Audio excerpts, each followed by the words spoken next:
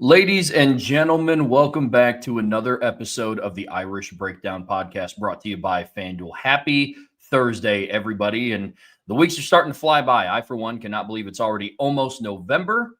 But just like football season always does, we are chugging right along. Notre Dame is in the middle of their second bye week of the season. But Thursdays, Brian, we do still get to talk about the rest of the slate of college football that's going on.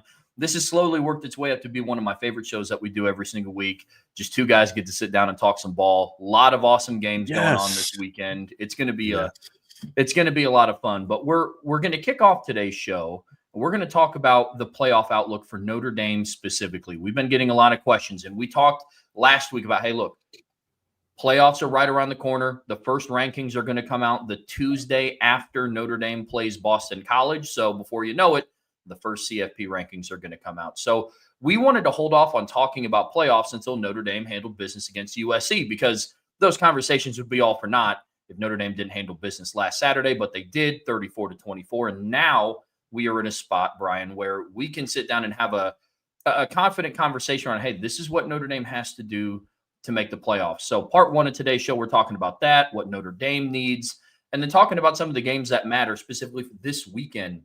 Moving on. And then part two of today's show, Brian, like I said, just two guys get to sit down and talk some football. A lot of good games going on. This is going to be a good episode, Brian. Yeah, I'm looking forward to it, man. Some really intriguing games this week. And once again, there's like no good Big Ten games on this week. The Big Ten slate this year has been absolutely abysmal. It really has so far. Now, November should get better. And part of that is because there's been some bad teams that we thought would be better. But yeah, the Big Ten slate so far has been pretty terrible. But the SEC is rewarding us with some big-time matchups here in October. The Big 12 is as well, so I'm looking forward to jumping into those. But like you said, Trev, we wanted to start off with talking about Notre Dame and their playoff resume, because we made a statement yesterday. We had some fun conversation. We had some fun talking about, during the Bisa hold. I kept wanting to say super chat, but I don't know why that was the word I wanted to say. During the Bisa hold yesterday, we were talking about, Notre Dame's resume, and you and I discussed, are they in if they win out? Are they not? Do they host or not? And I don't think that there's as many Notre Dame fans as I thought that are working with the assumption that if Notre Dame wins out and looks good doing so, as we stated, they have to keep looking like they've looked, that they're not to say a lock, but I mean, I'd be shocked if they're not in the playoff. And so what we figured we'd do today is we'd kind of spend some time talking about their resume and why we feel the way we feel. And it's not because we're Notre Dame fans. We're living in this universe of Notre Dame is wonderful. And of course they are. And it's all about the money. And there's some of that to it because I do believe if it's ever close for Notre Dame, they're going to get in. I mean, that's just a no-brainer. If it's close, they're going to get in my opinion, just because of the revenue aspect of it. But I don't even think it needs to get to that. And you and I are going to explain why. And obviously Notre Dame's got to handle business. But I do think Notre Dame has got into a situation where if they win out, they're in. And look, I know other people are going to talk about but this. And every year we have this conversation. And I'm just telling you, if Notre Dame wins out, they're in. That's how it's going to be. And Trev and I are going to break down sort of why we think that. And then also, some things that need to happen to make people feel more comfortable about that. At the end of the day, we talked at I believe it was the start of the offseason, maybe, when we just started going over, predictions for Notre Dame and how their season was going to go. And we mentioned that, ideally you're 11-1. 11-1, you're hosting and fighting for a bye. 10-2, you're making the playoffs, but it's just a question on if you're home or away. And that's the spot that Notre Dame is at right now. And Brian, I'm excited to dive into that conversation. So let's start with their resume. Obviously, we know how the season started out. You lose 27-24 on the road to Miami in week one. It's a bummer. You have a bye week, and then you look to bounce back at home against Texas A&M. You drop that game 41-40 in another heartbreaker. So Notre Dame, they drop out of the top 20 entirely. I think they rank like 24th in the AP poll when they face Purdue. They're in the bottom 20s. And then they start to mount this win streak, something that we're, pretty consistently used to. Well, I don't want to say consistently used to, but similar to what they did last year. Notre Dame was faced with having to win 10 in a row. Well, so far they've knocked out 5 of those. They've won 5 in a row. They beat Purdue, Arkansas, Boise State, NC State, and then USC this past weekend. All wins coming by double digits. And now they're at a spot where in the second bye week, they're the 12th ranked team in the country, and they're well back in the playoff conversation. So things have worked out up to this point. And Bryan, there are some things that have to be done, which we'll dive into in a little bit. But look, Notre Dame was 12th in the AP poll at this point last year. They finished ranked 5th. So it's not like this is uncharted territory. They were 12th last year, and the chaos didn't really start till after the November. This year, the chaos has already started.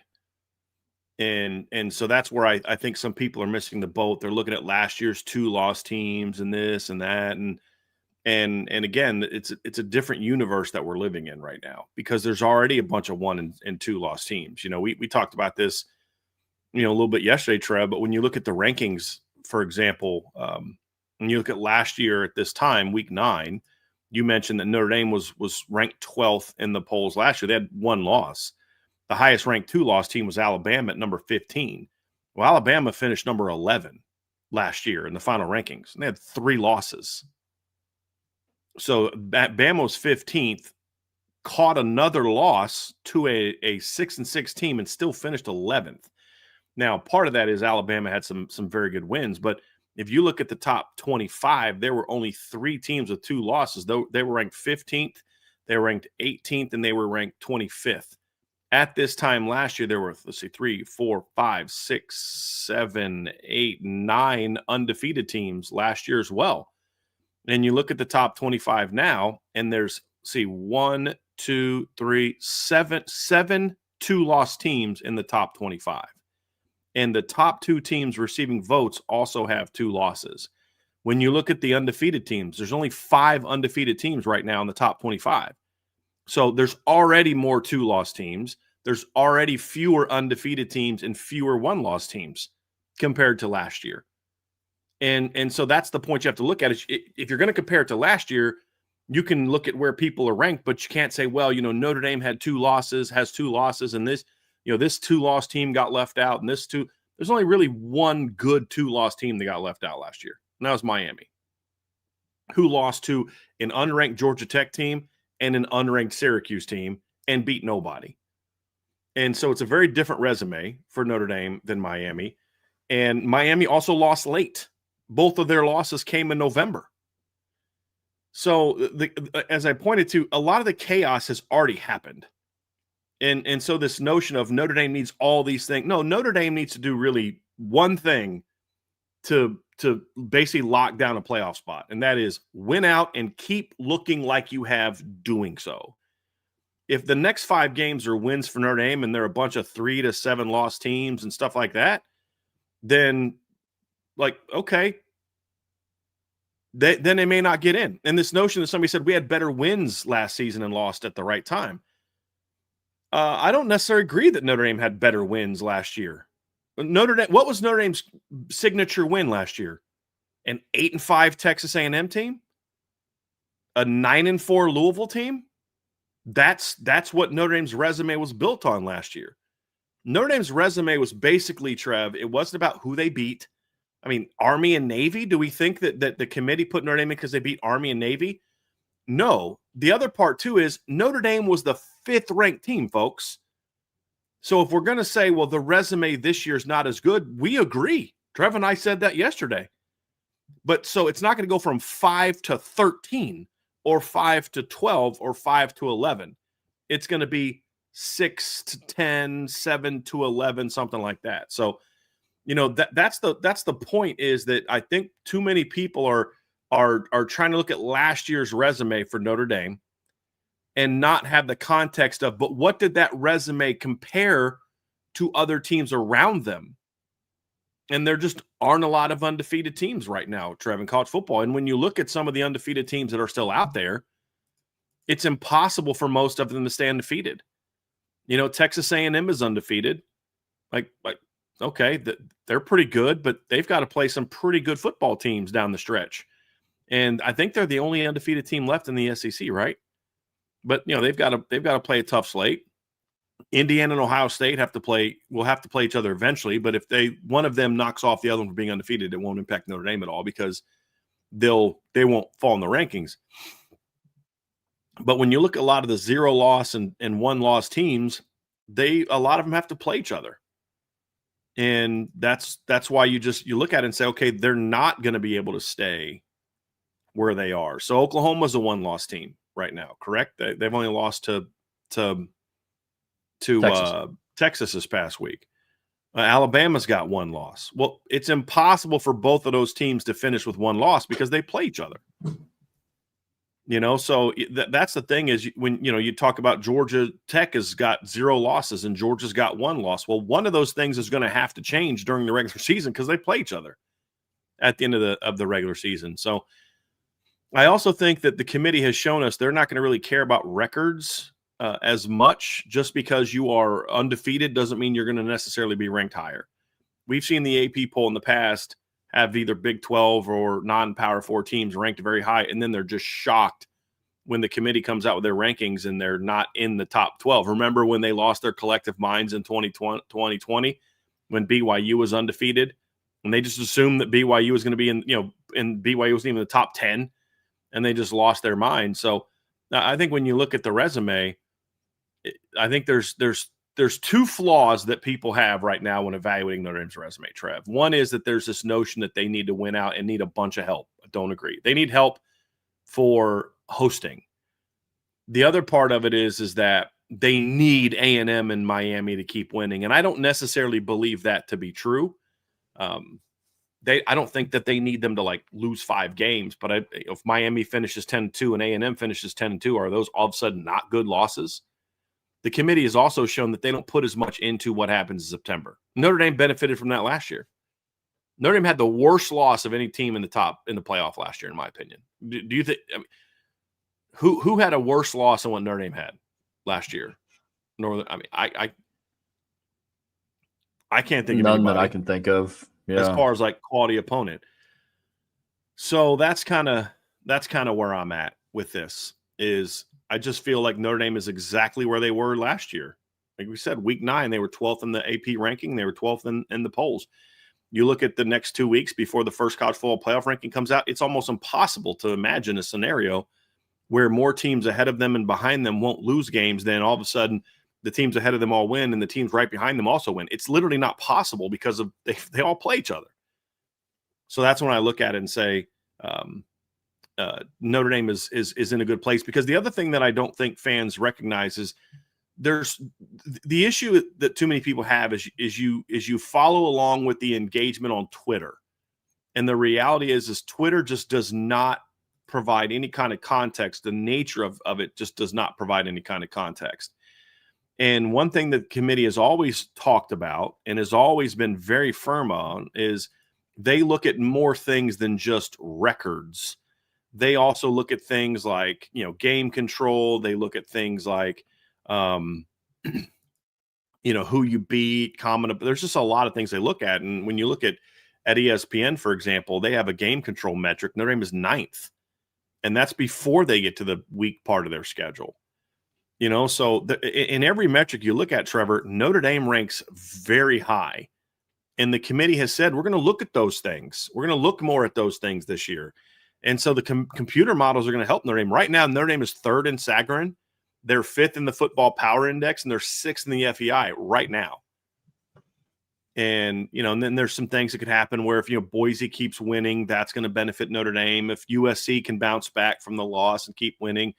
So I think Notre Dame has a chance to have a very good resume. Will it be better than last year's? I don't think so, because last year they had 1 loss. But it's not about that. It's about, is it better than 8 teams in the college football playoff to where they can host? And that's where I think that you're already starting to see that. But it's going to require Notre Dame to continue doing what they're doing, which is dominating. They in their 5-game win streak, they've won by 26 in the game where the opponent scored last. They won by 43. They won by 21 they won by 29, and they won by 10. And that was against a ranked opponent. So everything Notre Dame needed to do the last 5 weeks, they've done. Now it's about continue doing what you're doing. Do that, and you're going to be a playoff team. And again, would I say that if college football landscape looked exactly like it did last year, and Notre Dame sitting here with 2 losses, would I be as confident as I am right now? I wouldn't, Trev. I don't know about you, but if I saw the number of 0 and 1 loss teams in college football last year, and I looked at like Miami's schedule, for example, and I'm thinking their 2 toughest games are at Georgia Tech and at Syracuse. I don't know that they're going to lose a game, much less 2. I wouldn't have felt as confident in Notre Dame being a playoff team, much less hosting, if the context of the season was last year's resumes. But that's not where we are. As I said, 3 top 25 teams last year had 2 losses after week 9 in the week 9 poll. This year it's 7. This year, what did we say, Trev? There's 6 undefeated teams in the top 25. Yeah. Last year there were more than that, and some of the top 25s last year were better teams than we see this year. So just it's the context of what's around them as well, Trev. Yeah, I mean, one of the things that's benefited Notre Dame, to your point about the chaos, has already started happening. I mean, think of the teams that were ranked inside of the AP preseason top 10 and that are just no longer even around the playoff conversation. Penn State's out; they're not making the playoffs. Clemson's out; they're likely not making the playoffs, barring some miraculous ACC championship win come from behind, like what they did last season. I'm not predicting that to happen 2 years in a row. Texas is on the outside looking in. They won against Kentucky last week and went down a spot in the AP poll because they looked horrible doing it. So there are a lot of different things pointing in the right direction for Notre Dame to make the playoffs. Bryan and I may disagree as of yesterday, like on the 22nd of October, where they might fall in the playoffs, but we're working on the notion that they make it. And it's minor. It's so minor. I mean, I said yesterday, Trevor, it comes down to different philosophies. You're not willing to project as much as I'm willing to project because you're a show me guy. So I actually don't think we necessarily disagree. I think I'm just doing more projecting than you are at the present moment, which is totally rational.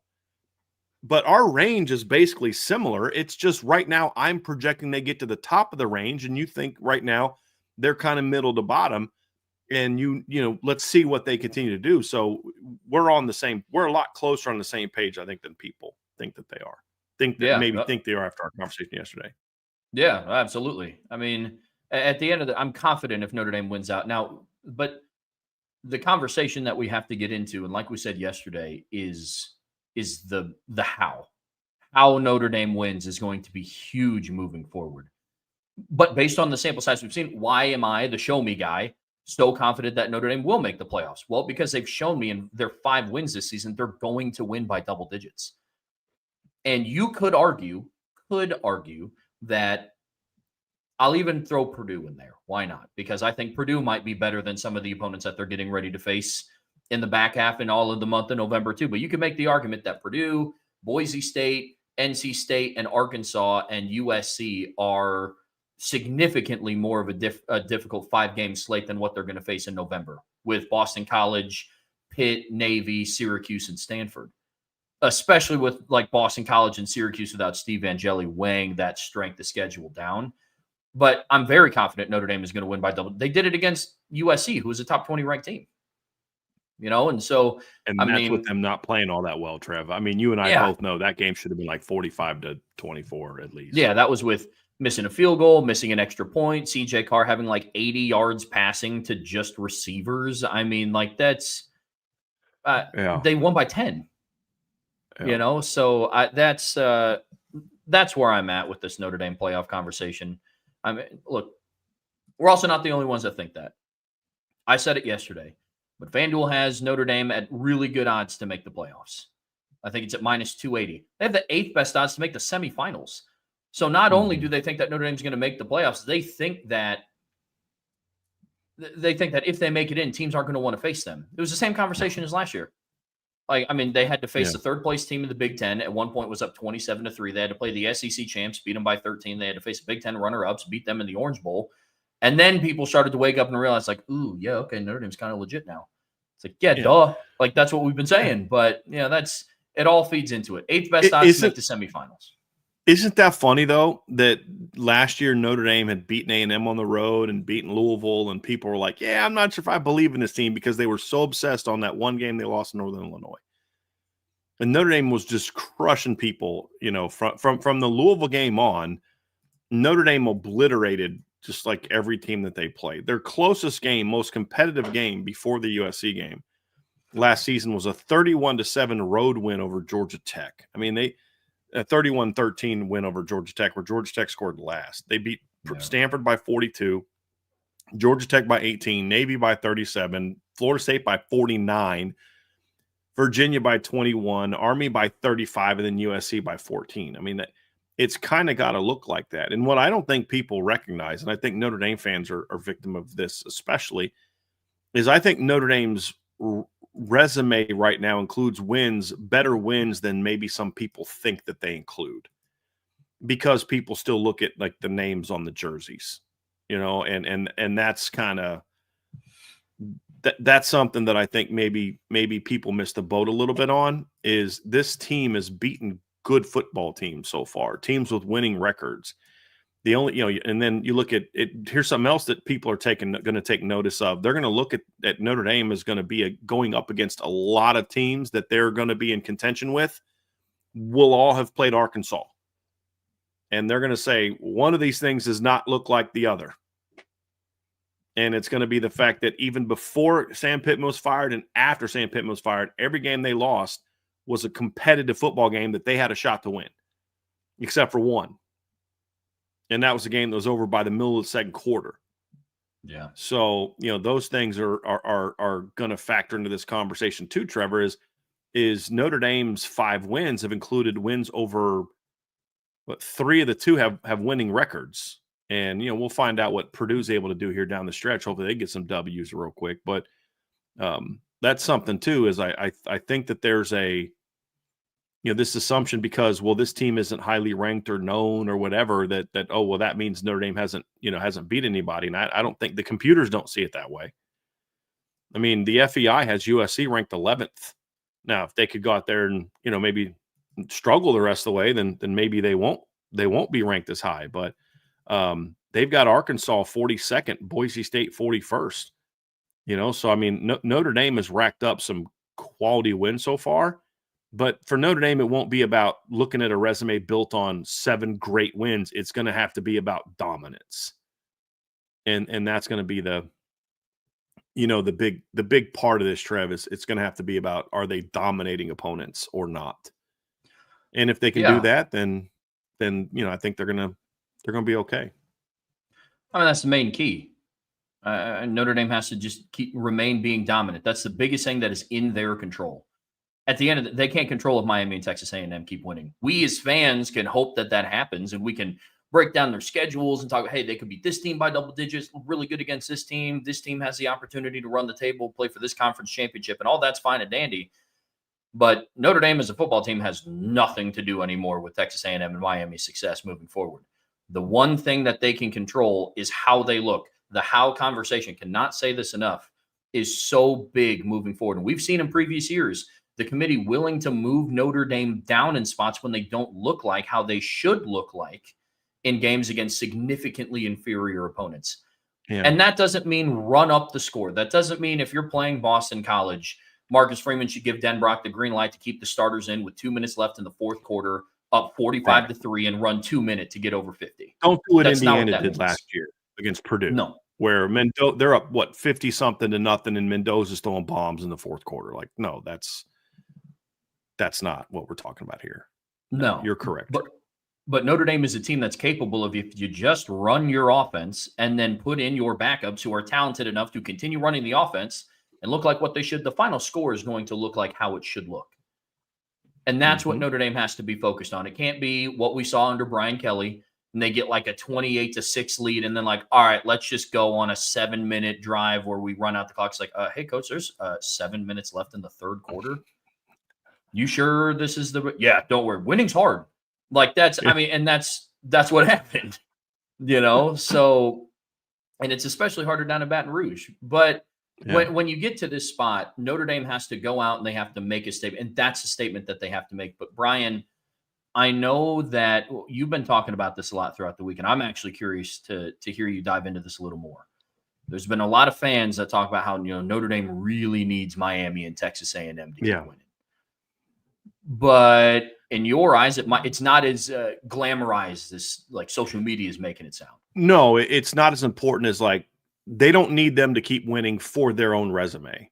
The only way Miami and A&M losing hurts Notre Dame is if they all finish 10-2. Like that's the only scary scenario for me. Is they both finish 10-2. Neither of them are playing in the SEC, the conference title game. That might get a little bit tricky because the committee does put a lot on head-to-head, but it won't just be head-to-head. There's going to be an overall outlook of the schedule and what does the schedule look like and how dominant have you been and how are you playing now and things like that. That's the only thing that scares me. The reason that I'm rooting for A&M and Miami, especially A&M, to win out is not because I think Notre Dame's resume needs it, although I'm not going to say it doesn't hurt. It doesn't hurt at the end of the year. Those teams are still both in the top 10. It doesn't hurt Notre Dame at all. My point, rather, is that they can be eliminators for other people. And that's why I think, for Notre Dame, those two teams winning, we will be talking about who Miami and A&M play a lot the rest of the way, not as we talk about, because one of the segments we'll have here is who should we be scoreboard watching this weekend and who should we be rooting for?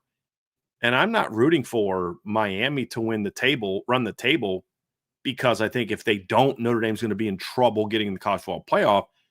It's twofold. One is selfish and one is practical. The selfish one is I want another freaking shot at that football team.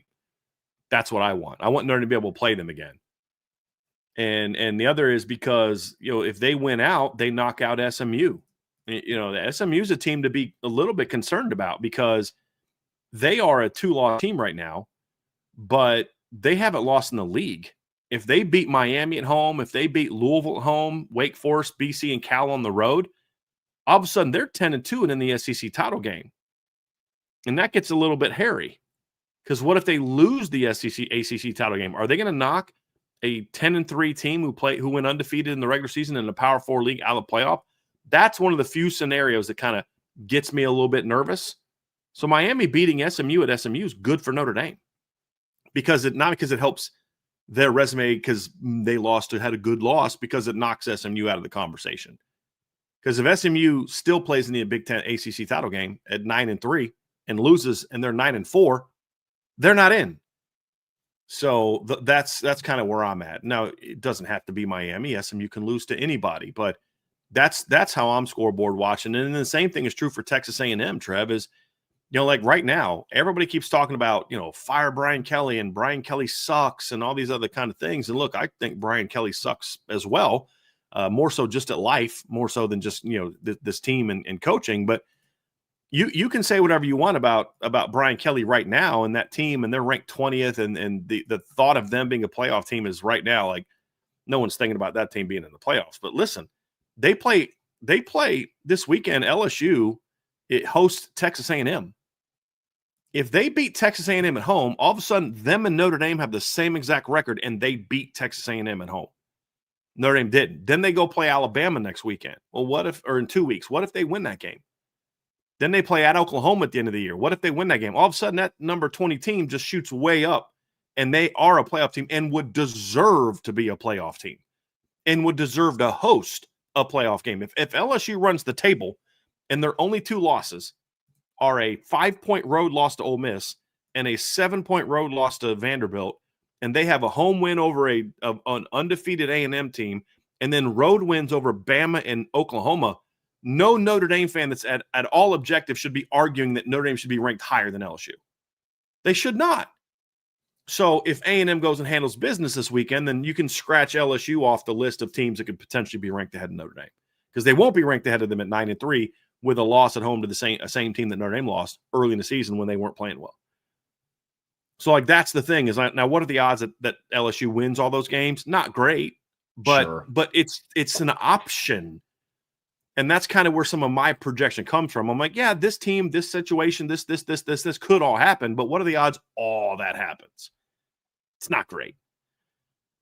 So that's more of why I root for a team like Texas A&M. And then you look at the next week, they play at Missouri. Well, one of the games we're going to preview today, Trev, is we're going to preview Missouri playing Vanderbilt this weekend. And let's say Missouri beats Vanderbilt on the road. That's going to knock Vanderbilt behind Notre Dame. A 2-loss Vanderbilt team will not be ranked ahead of a 2-loss Notre Dame team. But Missouri with 1 loss and a road win over number 10 probably jumps Notre Dame. So Notre Dame doesn't move at all. Well, okay, that's not great. But then, November 8th, Texas A&M heads down to Columbia. They got to play Missouri at Missouri. Well, if A&M wins that game, now all of a sudden Missouri does fall down in the ranking. So those are the things that you kind of look at and say, that's how they help Notre Dame. Let's say Texas runs the table and has some good wins, and all of a sudden they're 9-2, getting ready to play Texas A&M. Okay, well, A&M beats them. Oh, Texas is out. So that's why I'm rooting for A&M, is because they are going to help, hopefully, eliminate some teams who might be in contention with Notre Dame for that final spot. That's the reason I'm going to be scoreboard watching for the Aggies. Now, do those wins also boost Notre Dame's overall resume? Of course they do. I just don't think their resume is hinging on or hanging on the idea of those two teams winning. I'm not saying they don't help Notre Dame's resume. I'm saying that Notre Dame is not going to get in or out because of what Miami and Texas A&M do, because there's just not a lot of evidence from the committee that resumes are built only on who you lost to. We just haven't seen that a whole lot. Well, I think that's fair. I mean, moral of the story, Notre Dame is going to have to continue to root for. We are going to have to continue to root for more chaos. And honestly, the more chaos we see week over week, the better that's going to be for Notre Dame at the end of the day. Before we move on to some of the games to watch this weekend, Brian, for Notre Dame specifically, I do have a question. It's kind of an audible, but do you think that big picture, I know it doesn't matter Miami or Texas A&M, what they do moving forward, but would you say it matters more what Texas A&M does because of their quality of schedule compared to Miami? Because Miami plays and their schedule's fine, but A&M, like you said, have those marquee games ahead. They do. I mean, I think it's more important that A&M wins out than Miami wins out because of, like you said, they eliminate teams that are in contention. Miami eliminates SMU, but SMU compared to Missouri, LSU, Texas is not a concern of mine. I think A&M winning out. And then the other thing too is anyone that watched that game is going to come away saying Notre Dame should have won that game. The committee members are going to know Notre Dame should have won that game. And not even just because of the bad call at the end of the game where they didn't call the holding on Donovan Hinish. They're going to look and say, that team that I just watched in the gold helmet looks nothing like the team we've seen the last 10 weeks. That's really what it's going to come down to. Because it's been so drastic. Right. Like the change has been so, it's not like, they allowed 207 receiving yards to Mario Craver. And then it's not like afterwards, they allowed 150 to Omega Blake and 175 to, Mekhi Lemon. No, that's not the case. I agree completely. The drastic shift, I think, is also going to play in their favor. And Miami also outplayed Notre Dame. Yeah. I mean, we can sit there and say, well, if this, and this, but that wasn't a game where like the officiating screwed Notre Dame Miami outplayed Notre Dame. Now, yes, Notre Dame had a chance to win at the end, but that's just more so because I think Notre Dame has way better players than Miami, and they could just rip off some big plays and make some big plays to kind of get them back in the game. But Miami outplayed Notre Dame. So, I don't know that game necessarily helps Notre Dame a ton. It was on the road. I think the A&M one is the one that stings Notre Dame and stings their resume. So if A&M keeps winning and looks great and keeps beating teams more convincingly than they beat Notre Dame, then you look back and say, and you look at how Notre Dame is playing, you can say, hey, look, that's a really good A&M team, and Notre Dame should have beat them. And so I think that's the team that helps their resume a bit. But as I said, selfishly, I want Miami to keep winning because I would love another crack at that football team. Sure. And this notion that Miami's not any good now because this loss is nonsense, that's still a good football team. Mm-hmm. That outplayed Notre Dame for 60 minutes. Let's be honest about that. We can sit. I hate Miami, but we can sit here and admit that Miami outplayed Notre Dame in that game. They beat Florida, smacked Florida. They destroyed South Florida. It's a good football team. It's just Louisville got them this past week, which happens. It happens. Well, Brian, let's dive into some of the games that, we as Notre Dame fans should kind of keep our eye on, games that matter the most. And it starts with Syracuse on the road against number 7 Georgia Tech. And that one's going to be one to watch. Yeah, I mean, there's not a lot to say here, Trev. It's pretty obvious. Syracuse pulling off an upset at Georgia Tech. I'm not expecting it to happen, but I'll be paying attention to see if it does. Number one, it's going to really hurt Georgia Tech's ability to make the playoff without winning the ACC. And then also it certainly helps Notre Dame's resume because Notre Dame has to play Syracuse late in the year. So that's one of those ones when we talk about scoreboard watching and games to pay attention to. That one's going to be there, and we're kind of going in order of I believe kickoff here, Trev, for the most part. But yeah, that'll definitely be a game I'm keeping my eye on. I'm not expecting Syracuse to win, but it sure would be nice because it has a double positive impact for Notre Dame. Next game is interesting, and I think I know what your train of thought is here after looking at both of the schedules, but I am curious. Next game to watch, number 8 Ole Miss on the road at number 13 Oklahoma. Now, we're working with the assumption, and it's rightfully so, that the loser would be clearly behind Notre Dame, but you think that an Oklahoma win is ideal. Walk us through that, because when you look at it initially, this was the initial thought that I had. If Oklahoma wins, what if there's a chance that they leap Notre Dame short term? Are you playing more of the long-term game here with an Oklahoma win?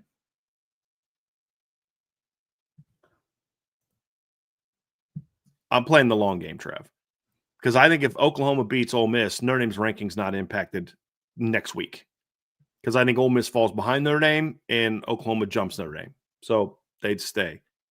It really comes down to which of those teams do I think has the best chance of getting another loss if they win this weekend.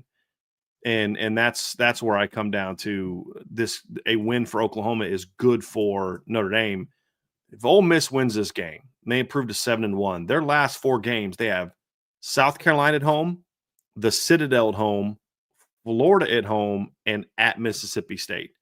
Barring them absolutely collapsing or the whole lane to Florida drama distracting that football team, there's a real good chance that Ole Miss finishes 11-1. Real good chance that they finish 11-1. If they fall to 10-2, they're still very much in the playoff hunt, in my opinion, Trevor.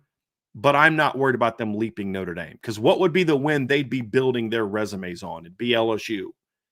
And I don't know that that's going to be a win that's overly impressive. And so that's kind of part of it, number one. Number two, I look at Oklahoma's schedule and I see a lot more potential losses there. Bro. So let's say they win and go 7-1. They got to play at Tennessee next weekend. Then they get a bye. Then they play at Alabama. Then they're home against Missouri, home against LSU. There are multiple potential losses there left on their schedule to where they're a 9-3 team. Now, I think Oklahoma at 9-3 should be in the conversation of potentially being a playoff team still at 9-3, but they won't be ahead of Notre Dame. And that's what I care about. Because if you look at Oklahoma's resume, right now Oklahoma lost to Texas. That's a bad loss. But if they beat Ole Miss at home this weekend, let's say that they lose to Tennessee and Alabama. Let's say they lose the 2 road games and win their 2 home games. They're 9-3 with a neutral field loss to Texas, a road loss to Tennessee, and a road loss to Alabama. And then they're sitting there with wins over Ole Miss, Missouri, and LSU. And Michigan.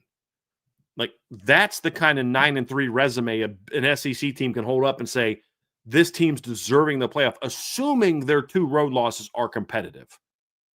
Because I'm a believer that if you get dominated, that dings you.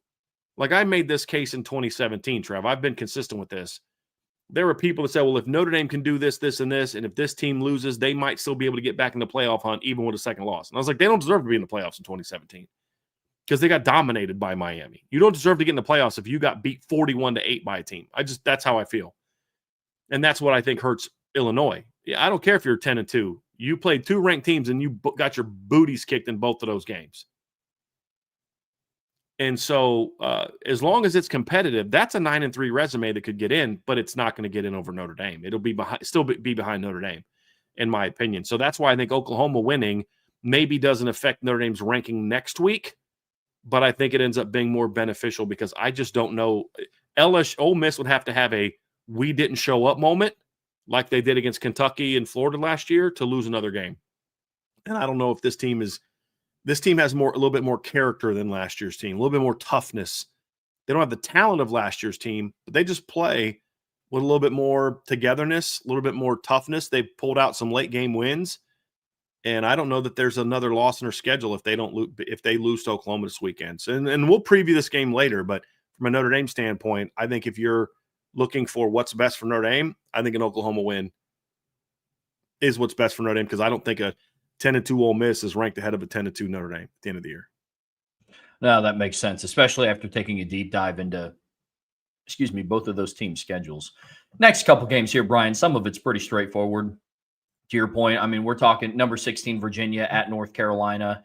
If North Carolina wins here, need a North Carolina win, but they win. Virginia's kind of, there's a pretty wide gap, between them and Notre Dame. And then next game, number 11, BYU on the road against Iowa State. Obviously, an Iowa State win would impact Notre Dame immediately and kind of down the road as well. Yeah, because my concern is, look, if BYU loses this game and goes on to win the league, they're still going to get in. They get the automatic bid. My thing with the Big 12 is I want a lot of chaos, because if the Big 12 and the ACC are one bid teams, or if just one of them is a one bid team, that greatly improves Notre Dame's chances of getting in and locking in a spot. So, obviously BYU, Iowa State's not in the mix. BYU's undefeated. I mean, they need a couple losses right now, because if BYU goes 11-1 and loses the Big 12 title game, I think they're deserving of a playoff bid. I do, because they'd have to win at Texas Tech, at Cincinnati, at Arizona. It's not an incredibly impressive resume, but it's not much different than what SMU had last year. So I think if they can catch a couple losses, that's going to help. Now, there's still potentially a couple losses on their schedule. They still have to play at Texas Tech in a couple weeks. They play TCU at home. They play at Cincinnati. So I think there's some potential losses on there, but I think that a loss this weekend makes the odds much greater that they're going to be out, and I think it continues to enhance the potential that the Big 12 is a one bid team again this year. And that's the kind of the same thing with the Virginia North Carolina game. The scary scenario for a lot of Notre Dame fans is a bunch of these ACC teams keep winning, and so North Carolina wins. The only chance Virginia has now is to win their league. Yeah. What about number 23, Illinois, on the road against the Washington Huskies? Obviously, we know how hostile of an environment that is to play, but need a Washington win here, Brian. Yeah, this is a very bottom of the shelf kind of potentially impact Notre Dame type of scenario here, Trev, because I don't know that Illinois is going to have a good enough resume at the end of the year to get in. But if we take out margin of victory, and let's say they go 10-2, they would have a loss to number 1 Ohio State, a loss to number 2 Indiana. They would have beaten USC at home, so they'd have a comparable good win. You'll have a good road win over Duke, and then a good road win over a good Washington team, plus beating Rutgers, Maryland, Wisconsin, Northwestern. So there's an outside chance that if Notre Dame doesn't blow teams out, that Washington might be able to make a case to get ahead of them. And if they drop the game this weekend at Washington, then they're out. And that's just one less team to think about. Like, this list of games is probably going to get smaller and smaller as the year goes on, at least the list of teams to be concerned about. Sure. Gets smaller, smaller, and smaller. And of course, if Washington wins, that eliminates one more ranked Big Ten team from the conversation. Because if the Big Ten ends up as a 3-bid league, that also helps Notre Dame. Right. And the SEC.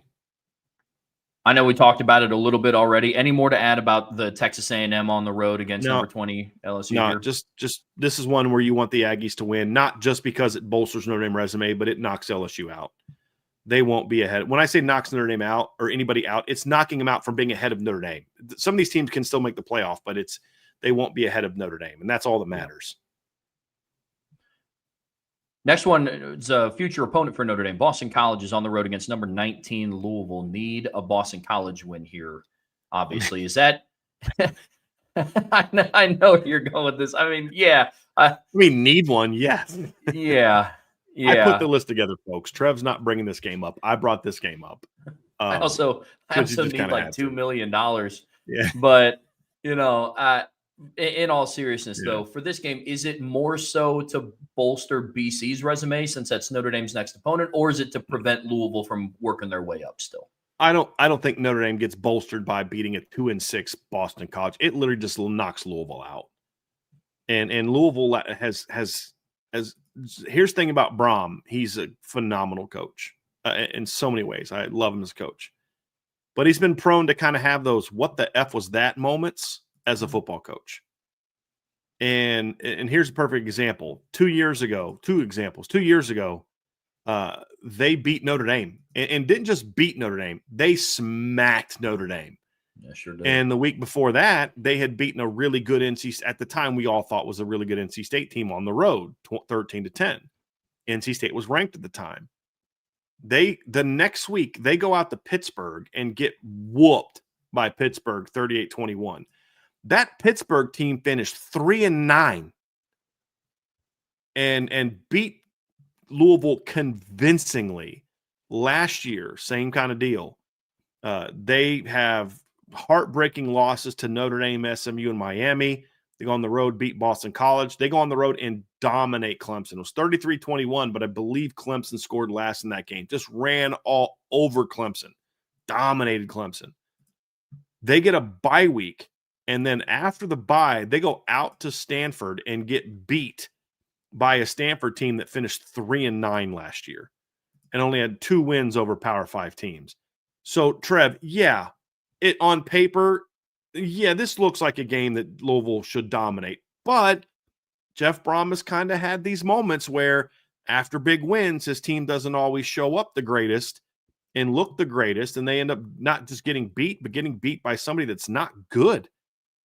And like remember when they beat Ohio State back in 18? The next week they went out and lost to a Michigan State team that finished 7-6. I mean, and they dominated that Ohio State team who finished 12-1. Dominated them, and the next week they go and lose to Michigan State. That's just kind of who Jeff Brom has been, and it's the one knock I have on him as a head football coach. So it's unlikely, but I'm at least keeping my eye on it because we've seen this happen before. I don't think it helps Notre Dame at all. Like, oh, we beat that BC team that went 3-9, but they beat Louisville. It's more so about Louisville gets a second loss, they're out. Makes sense. Last couple of games here, Brian, to keep your eye on if you're a Notre Dame fan. Florida Atlantic is on the road against Navy. Obviously need a Navy win here to keep them undefeated ahead of their matchup. These next 3 are resume builders for Notre Dame. Obviously, Navy winning out. And then the other thing, too, is if Notre Dame beats Navy and let's say Navy wins out.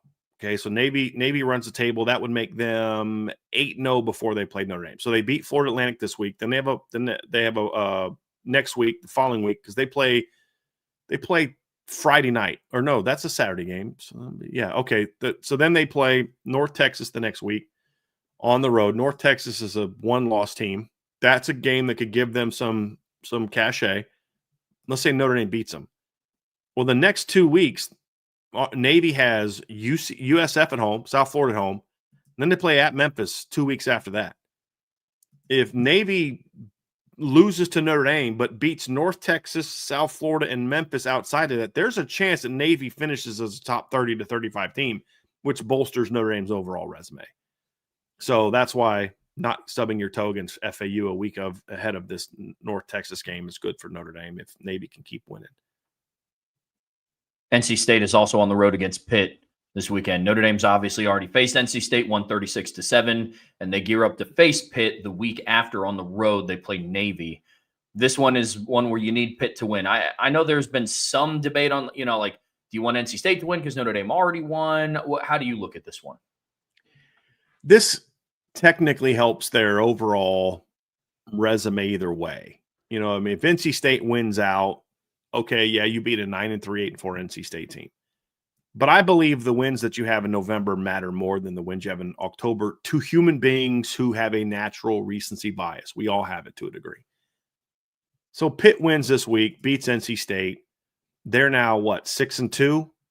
People are forgetting more and more about that loss to West Virginia. But now Pitt's saying, hey, look, we lost to a really good Louisville team at home by a touchdown. We blew out Boston College. We went on the road and beat Florida State. We went on the road and blew out Syracuse. We beat NC State, and we went on the road and beat Stanford. And, now all of a sudden they're 7-2 going in to play Notre Dame. Now, I don't know if they're going to be ranked or not, but they're at least going to be a team where if you beat them, there's going to be some, okay, that was a good win for Notre Dame. And boy, they blew that Pitt team out, if you're able to win convincingly. So I think Pitt looking good at the end of the day is better than NC State looking good. But whoever wins the game, you want them to keep winning. That's the thing. If NC State beats Pitt, and then let's say next week upsets Georgia Tech at home, now all of a sudden they got Florida State at home, they got North Carolina at home. If they can beat Pitt this weekend and then split between the games against Georgia Tech and Miami, now that's a really good 8-4 resume, builder. So it helps Notre Dame either way. I just think it helps them more if Pitt wins. Then that's a good win for Notre Dame over Pitt. And then hopefully Pitt can kind of split their Georgia Tech and Miami back-to-back. So, you need the winner of this game to keep winning and then split between Georgia Tech and Miami. Hopefully they both beat Georgia Tech and both lose to Miami. I mean, that's the ideal scenario for Notre Dame, right? But it helps them either way. I just think Pitt helps a little bit more.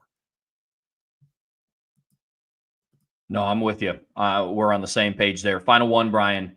Boise State on the road against Nevada. Obviously, Notre Dame needs a Boise State win here as well. They got to keep it rolling. They do. Boise earned a big win last weekend. There's just people haven't been super high on Boise this year because of, obviously, we know why. They started the season off, got smacked by South Florida, won their next 3 games over not very good teams, Eastern Wash, Air Force, and App State. And then Notre Dame beats them convincingly, by 21 points. And then the next week they beat New Mexico, who's a 4-3 team, also lost to Michigan. And you could argue Boise State's win over them was every bit as convincing as the Michigan win was over them. New Mexico had more yards against Michigan than they did Boise. And now Michigan's offense had more yards than Boise did. But, Michigan beat them by 17. Boise State beat them by 16. So that was a solid win. But then this last weekend, going out and beating UNLV, an undefeated UNLV team, and not just beating them, Trevor, they smacked them. Last year they played 2 really close games against Boise State or against UNLV. They beat them in the regular season. Last season, they beat them 29-24 in UNLV. And then they played again in the Mountain West title game, and Boise won 21-7. But this year they won 56-31 in that game, and Boise racked up 558 yards, 9.8 yards per play. And so that was a big win for Boise State, and one that starting to have people take notice. They got votes this week in the AP Top 25, so it wasn't a lot, but they got 4 votes, so right behind JMU, and they got 2 votes in the coaches poll. So yeah, they keep winning. Navy got 28 votes, so that those teams win. That helps Notre Dame's resume. Boise State runs a table; they're 10-2. Now all of a sudden, maybe some things happen. They've got a chance for some more good wins right now. Fresno's 5-2, San Diego State 6-1. Those teams are still upcoming, and then of course they're undefeated in the Mountain West. Then they go out and win the Mountain West championship. Now Boise's put themselves in contention for possibly being that group of 5 team. Now they need a lot of help. They need South Florida to drop a couple, because if it's comparable, if they're both 11-2 in conference champs, South Florida should get in because South Florida beat them bad. So they're going to need a couple more of those to happen. And but even if they don't make it, now all of a sudden you got that 11-2 win over a solid top 30 kind of Boise State team. That helps Notre Dame's resume. So right now, rest of the year, Notre Dame fans need to be big Boise State fans rest of the way. Well, folks, that's going to do it for part 1 of today's show. Don't go anywhere. We are getting ready to talk big picture college football because this is another exciting slate. We're in the meat and potatoes of the college football season, Brian. It's the end of October, which means there's a lot of good football on. But before we get there, make sure you guys hit that like button. Make sure you subscribe to this channel. Whatever streaming platform you listen to us on, we would greatly appreciate a 5-star review. But as always, best way to support what we do here is subscribe to the premium message boards at boards.irishbreakdown.com. All right, Bryan, in part 2 of today's show here on the Irish Breakdown podcast brought to you by FanDuel, we're talking college football. Like I said at the start of the show, man, we're just two guys that get to talk ball the rest of the afternoon, and I sure am excited. First game, we're going to preview 4 overall, and then there's a lot of other games that we're going to mention, talk about, because there are some really good games going on this weekend. But the first game, Bryan, we've actually already mentioned it, but it's number 8 Ole Miss, the Ole Miss Rebels on the road. It's a number 13 Oklahoma Sooners in a top 15 battle in the SEC. Kickoff is at 12 p.m. on ABC. Right now, Oklahoma is favored by 5.5. The over-under is set at 54.5 on FanDuel. Yeah, I'm a little surprised, Trevor, that this game is at noon.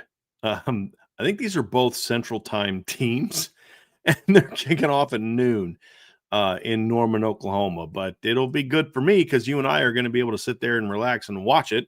So that'll be nice. But this is a big game for both teams, Trevor. I mean, these are two teams that absolutely and rightfully have aspirations of being playoff teams. You know, you're talking about two teams that are one-loss teams. They're both within striking distance of being the playoff. If the playoff started today, Ole Miss would be in and Oklahoma would be out. If Oklahoma wins this game, I think next week's rankings, if next week rankings were, okay, these are the final rankings, Oklahoma will probably be in and Ole Miss would be out. So there's a ton at stake here for both of these teams, Trevor. And you know, Ole Miss leads the all-time series 2-0. They've only played twice. Ole Miss won in the Independence Bowl back in 1999, and then of course last year, Ole Miss beat Oklahoma last year. So this is a very intriguing matchup for me. This is two teams who they keep winning. I'll say that they keep winning, but it's not always pretty. And you look at, obviously, Georgia. Ole Miss is coming off their first loss of the year. They lost last week to Georgia in a game where they had a good lead early and then lost it, couldn't hold on to it, and dropped the game. They have right before that, they had a very ugly win over Washington State, 3-point win over Washington State. They've got a 5-point win over a not very good LSU team. They have a 6-point win over Arkansas, a 7-point road win over a Kentucky team that's 2-4, and they had to come back from double digits to win that game. So this has not been a sexy Ole Miss team. Last year's team was way more talented, but you know what, Trev? They keep finding ways to win. You can say, well, it was an ugly win over Kentucky. They lost to Kentucky last year with a much better team at home. You know what I mean? Like, I had an ugly win over Washington State. Well, they won. You know, I had an ugly win over LSU. They won. You know, and those are the things, is like, you give Lane. This is one of the, I'll say this. This has been one of the best coaching jobs Lane Kiffin has ever done. They lost a ton of talent from last year's team. A ton of talent. And their starting quarterback, who you and I both like a lot, coming in the season, Austin Simmons, gets hurt. And they put some short D2 transfer in at quarterback, and they just keep winning. And the game they lost, they didn't lose because of him. You know what I mean? They didn't lose that game to Georgia because of Trinidad Chambliss. You know what I'm saying? So great name. It is. But I gotta say, man, this is I've never been super high on Lane Kiffin as a head coach. Very high on him as an offensive mind. Never been super high on him as a head coach. He's doing an outstanding job coaching this football team this year. This team has no business being 6-1 and going into this game with an opportunity to really solidify a playoff berth. Because as we mentioned in the last segment, for Ole Miss, you win this game, Trev, and the rest of your schedule looks super manageable. You get South Carolina at home. You get the Citadel at home. You get Florida at home. Then you have a bye week before the Egg Bowl, which oddly is one of my favorite Thanksgiving games, like the Thanksgiving weekend games. I always love watching the Egg Bowl. I still remember a game when I was, I think maybe in my 20s, when Deuce McAllister was playing for Ole Miss. They were wearing the navy blue unis back then. So I'm very much looking forward to that matchup, and I love what Jeff Lebby's doing with Mississippi State. He's doing a good job of getting them turned around. But that's a game that if you're Ole Miss, you should be able to win. So, and even if they lose that game, they're still 10-2 with some very good wins on their resume, and they've got a great shot to make the college football playoffs. So this is a huge game for Ole Miss. And if you're Oklahoma, Trev, You lose this game, your playoff berth is not done because you're 10-2. And if they run the table, Ole Miss at 10-2 is in. But the rest of their schedule, if they lose this game, at Tennessee, at Alabama, home against Missouri, home against LSU. LSU, they have 5 opponents left. Number 20 LSU is the worst team that they play the rest of the way. 9-3 might get them in, Trev. And I think you could make a case. Now, we have to know what other teams are ranked and how the rest of the season goes, but that's the kind of 9-3 SEC resume that could get a team in at the bottom of it. Like, that's not like Alabama's 9-3, where they lost to a bad Oklahoma team and they lost to Vandy, who was okay. And, you know, like that's a different type of resume. That's a 9-3 resume. We say, hey, they had 3 really good losses and 3 really good wins. That's a playoff team. But if you lose at home to Ole Miss, the odds that you then go 4-1 or 3-1 the rest of the way goes way down. So I think this is a huge game for both teams, but it's especially big for Oklahoma. You have to hold serve at home to keep your playoff hopes alive. And I think this is the kind of game for Brent Venables that could somewhat solidify his standing, or the hot seat gets turned back up again if you lose this game. Because if you can't beat Ole Miss at home, what are the odds you're going to beat Tennessee, Alabama on the road, and Missouri at home?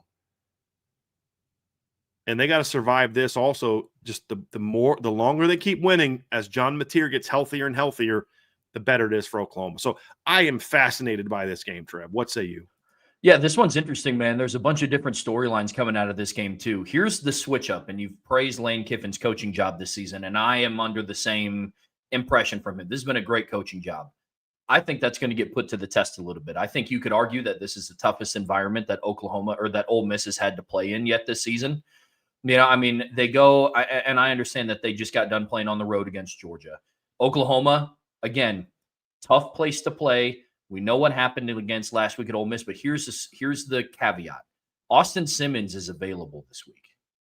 I'm going to be very interested to see what kind of coaching job Lane Kiffin has and what he does this week to see if he's going to continue to trust Trinidad Chambliss.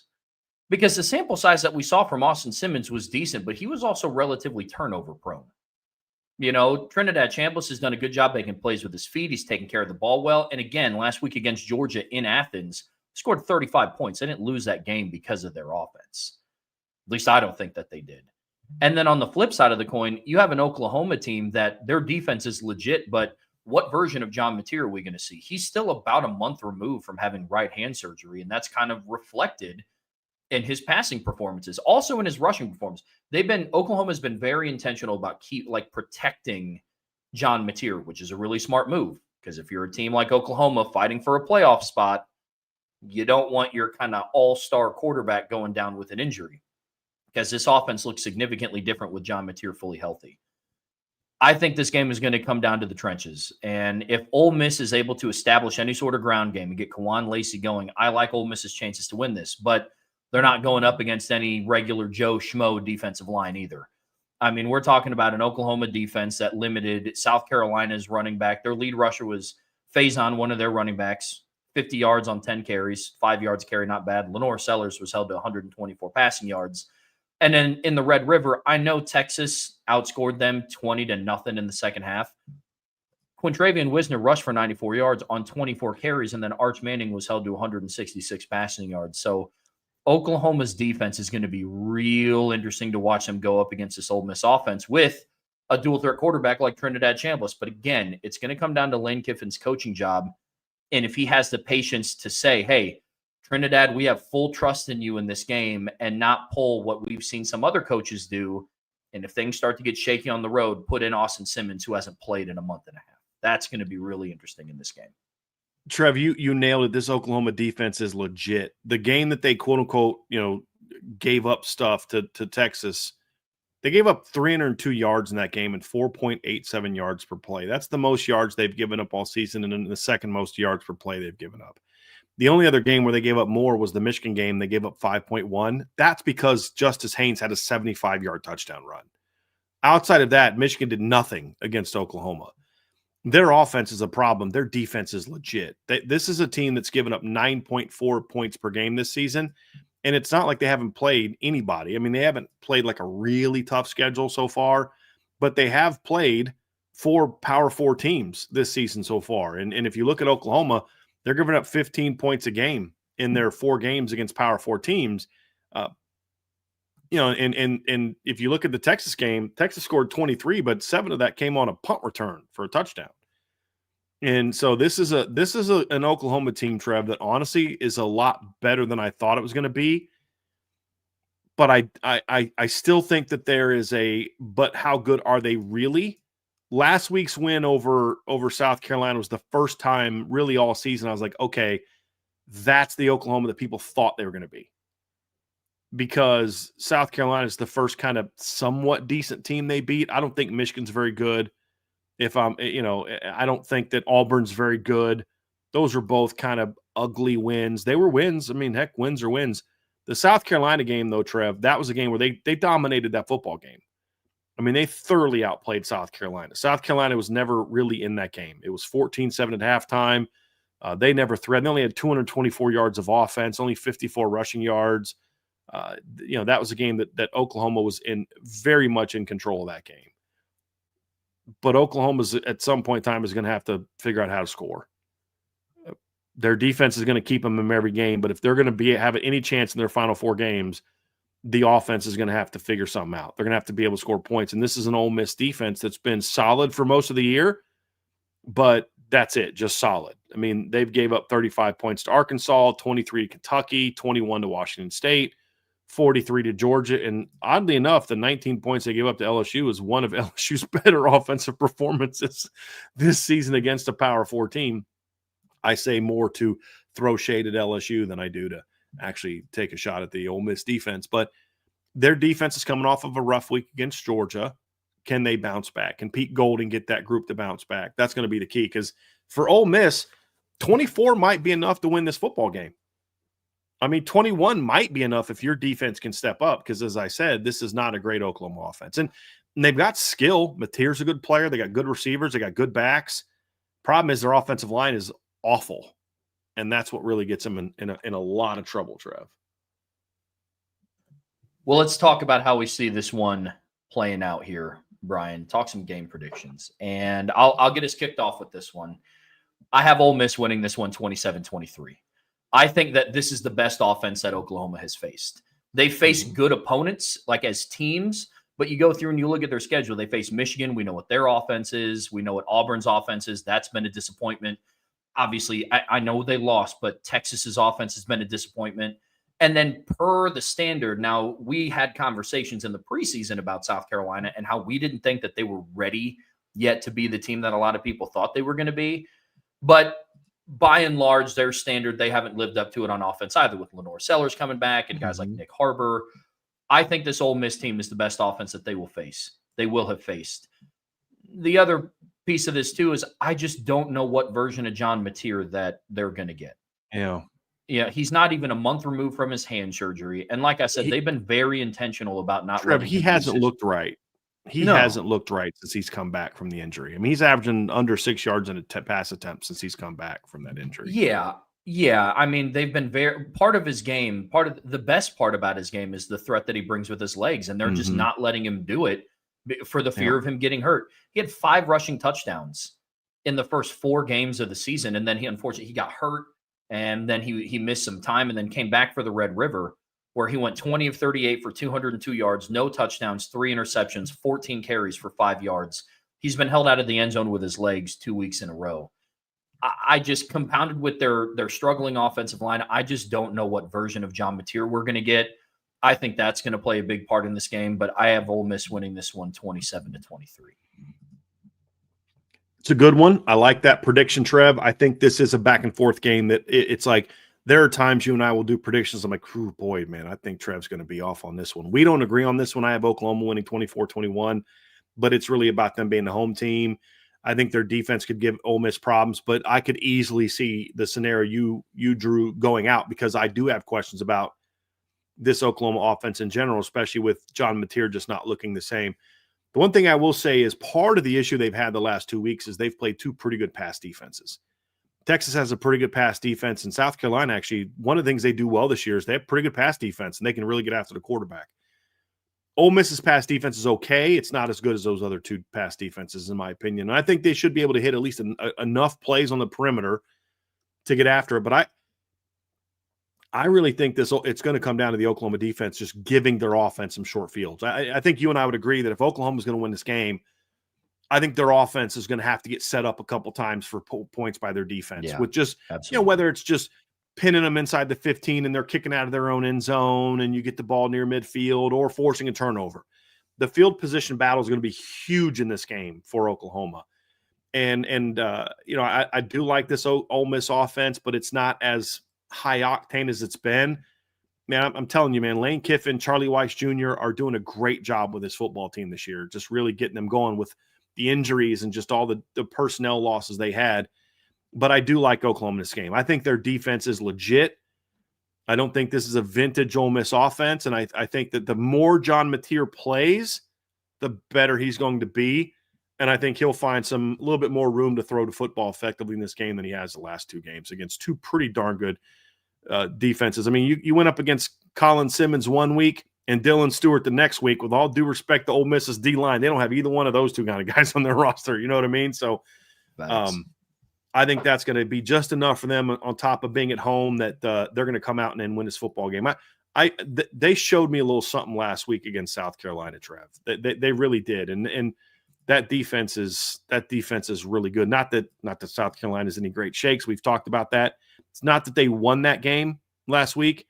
It's the manner in which they won that game last week that really impressed me. You know, like, their run game has not been very good.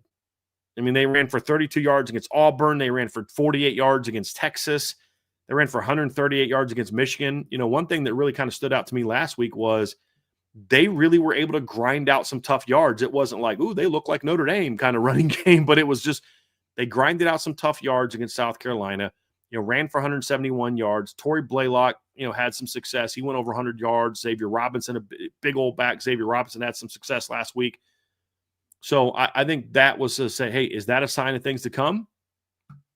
Let's see. Let's see if that's a sign of things to come. And I think it is, and I think they'll be able to do enough to win this game in what's going to be a game where the two defenses do a lot more to impress us than the two offenses do in this game. Let's hop on over to the second game that we're talking about here, Brian. We're sticking in the SEC. Number 15 Missouri on the road against number 10 Vanderbilt. Showdown between two 6-1 teams from the SEC. Kickoff is at 3:30 p.m. on ESPN. Vanderbilt right now is favored by 2.5 points on FanDuel, and the over-under is set at 52.5. This one is a really interesting matchup, Brian, and I'm excited to talk about it. Vandy, Missouri. Let's dive into it. I love it, man. This is just Mizzou leads the all-time series 11-4-1. This is an SEC East, right? Not rivalry game, but matchup. Missouri's won 5 straight. They won last year 30-27 at home. Now they're going to go back to Vandy. Vandy's hot, man. Vandy showed me a lot last week. Being able to bounce back from that loss to Alabama, that showed me a little bit something about this. This Vanderbilt team is a little bit different than last year's Vanderbilt team, and when you look at last year, Trev, they found ways to lose games. They should have beat Missouri last year. Couldn't do it, faded down the stretch. I just think this is a different Vanderbilt team. I think this is a really good Vanderbilt team. Clark Lee has done a tremendous job with that football team. And huge credit to also to Barton Simmons, who's their GM, on putting together a legitimately good roster. I mean, there's some offensive linemen on that team that are going to play in the NFL. There's skill players going to play in the NFL. And I like this matchup. Missouri, Trev, is a very interesting team because it's kind of funny. There's a couple coaches in the SEC this year who don't have rosters as good as past rosters they've had, but their teams are better. And this is a perfect example. This Missouri team does not have the roster it had 2 years ago. And they're pretty good 2 years ago. I mean, I think they played Ohio State in the Cotton Bowl, right? Or was it the Peach Bowl? I think it was Cotton Bowl. But they beat Ohio State in a New Year's Six game, in a bowl game. They had Cody Schrader at running back. You had Theo Weiss. You had Luther Burden. That was a good Ole Miss defense. The D coordinator left, then went to LSU. That roster, in my opinion, is better than this roster. But what is Eli Drinkwitz doing with this roster? Keeps winning. And, it's not always pretty. They had to pull out some stops late to beat Kansas. You had a 29-20 win over South Carolina, lost to Alabama. But look, Bama jumped on them early and Ole Miss battled back. They didn't quit. They didn't fade. They didn't let Bama bury them. You bounced back last week with it's an ugly win, but they bounced back and got that win at Auburn. You know who else struggles to blow Auburn out? Everyone. I mean, Auburn's been in every game they've lost. They lost to Oklahoma by a touchdown in a game that the officiating hurt them. They lost to A&M by 6. They lost to Missouri by 6, and they lost to Georgia in 20-10 in a game where they scored, in my opinion, a touchdown that was going to make it 17-0 right before the half. And they never recovered from that. Now, the question is are they just shot as a team, or can they bounce back? Auburn, that's a different conversation for a different day. But Missouri found a way to win, and winning ugly against Auburn is nothing to be ashamed of because Georgia did that, and everybody's had to do that because this Auburn team just doesn't quit. They went on the road and beat a good Baylor team. So Missouri showed me a little something last week too, Trev, but they just haven't been as impressive to me this season. And Bo Perbula's a guy that early in the season I was like, look, I was wrong about Bo Perbula. He's better than I think he was going to be. The last 4 games, he's pretty much looked like the Bo Perbula I thought he was. Not a great passer. He's been under 50% under 60% throwing his last 2 games. 5.8 yards per attempt against Bama, 6.3 against Auburn, 6.3 against South Carolina. In his 3 SEC games, he's thrown 4 touchdown passes and 5 interceptions. He's completing less than 60% of his passes in those 3 games. And that's kind of the Bo Perbula that we thought he was as a passer. But he's also a guy that scored 2 rushing touchdowns and ran for 89 yards the last 2 games. So I think they're a gritty team. I think Eli Drinkwitz is doing a heck of a job coaching that team up. I think their defense is really good. I really like that Missouri defense. But I just don't think that they have enough horses, in my opinion, to beat Vandy, especially to beat Vandy on the road. So as much as I think that they're going to be able to do a good job of keeping the points down, I don't think that this is a game that they're going to have enough offensive firepower to win. I agree with everything you said. It's just funny to hear might not have enough horses to beat Vandy. I can't believe those words came out of my mouth. That's a sentence that's just crazy to hear. But I don't think you're completely wrong, man. Yeah. It's true. Man. Like Diego Pavia gets all the credit. And look, he's a gritty guy. Their personality comes from him. Yeah. But he's not some star future first. He's trying to get eligibility for his 13th year of college football because he knows he's not an NFL quarterback. You know what I mean? Like, he's a great leader, all that, but they're good because the talent around him is legitimately good. And you watch his team and you're just like, this is a legit good football team.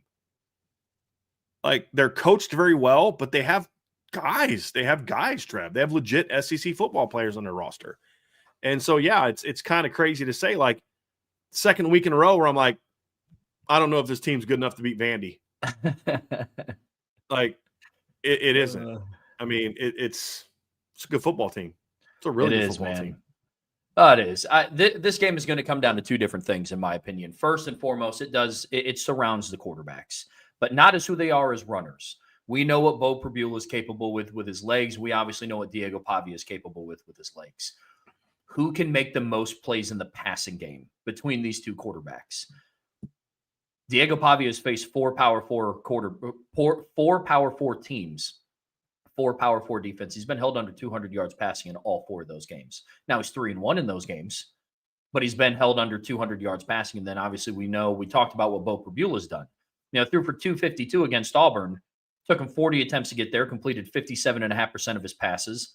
He's had 4 interceptions the last 2 games, and he was held to a $162 against Alabama at home. Who's going to make the most plays in the passing game? Because I think both of these quarterbacks are going to be able to make plays with their legs. However, I think a really interesting facet to this game is as an offense, like as an entire operation, who's able to establish a ground game? Because Vanderbilt right now, they're the 12th best rush defense in the country right now in yards per game and 5th best in rushing touchdowns allowed. Missouri, on the other side of the ball, they have the 7th best rush defense in rushing yards per game and the 10th best rush defense in rushing touchdowns allowed. So we can talk all we want about, what plays will Diego Pavia make and what plays will Bo Prabula make. Some of this comes down to old-fashioned who can establish the line of scrimmage. Yep. That's going to go a long way in this one, man. You've got one of the better rushing quarterbacks in the country, definitely in the SEC, with Diego Pavia, who leads Vandy in rushing at 438 yards and 5.7 per carry.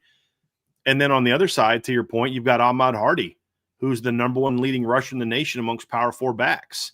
Now, he's only had 110 yards the last 2 games, but he was rolling before that, Trev. But Missouri's going to have to find a way, to your point, they're going to have to find a way to get him going.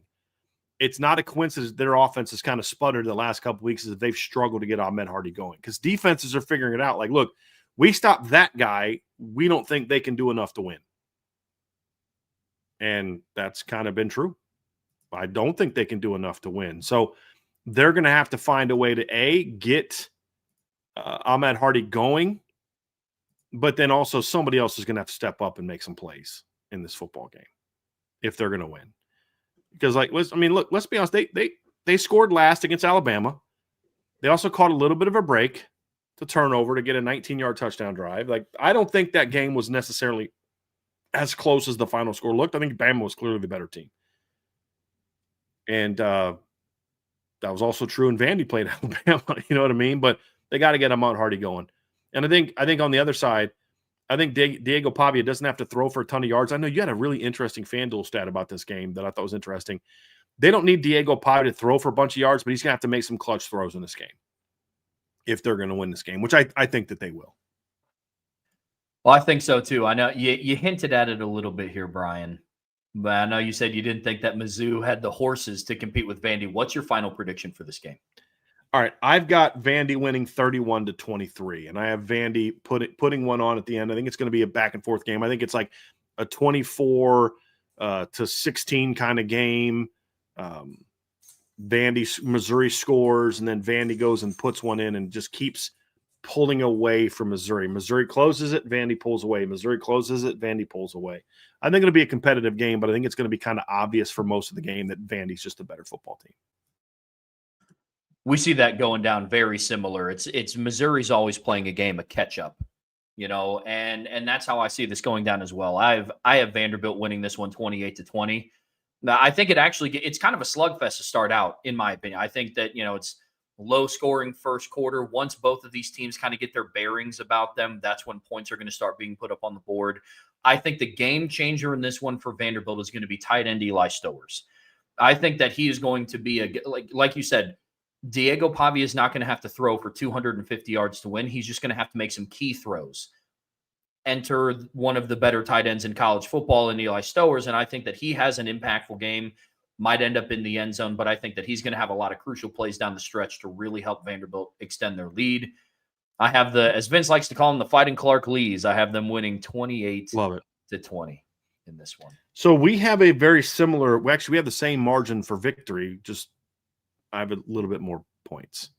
Yeah, and it's because I think that it starts out a little bit more of a slugfest in the first quarter, but we see it playing out the same margin of victory. So got Vandy in this one. Next game. What? Oh, sorry. Go ahead. No, you're good, man. Next game. We're actually taking a trip over to the Big 12. Number 11, BYU on the road against Iowa State. This is a really interesting matchup in the Big 12. BYU, they're undefeated. They're 7-0. They're the 11th ranked team in the country. And I think voters forgot a little bit about Iowa State after that loss to Cincinnati. They're 5-2, but they're unranked. And so we're going to see that all unfold. 3:30 p.m. kickoff on Fox. Right now, Iowa State, the home team, despite them being unranked, they are favored by 2.5 points. The over-under is set at 48.5 on FanDuel. Let's dive into some BYU Iowa State talk, Brian. I cannot believe that Iowa State lost to Colorado.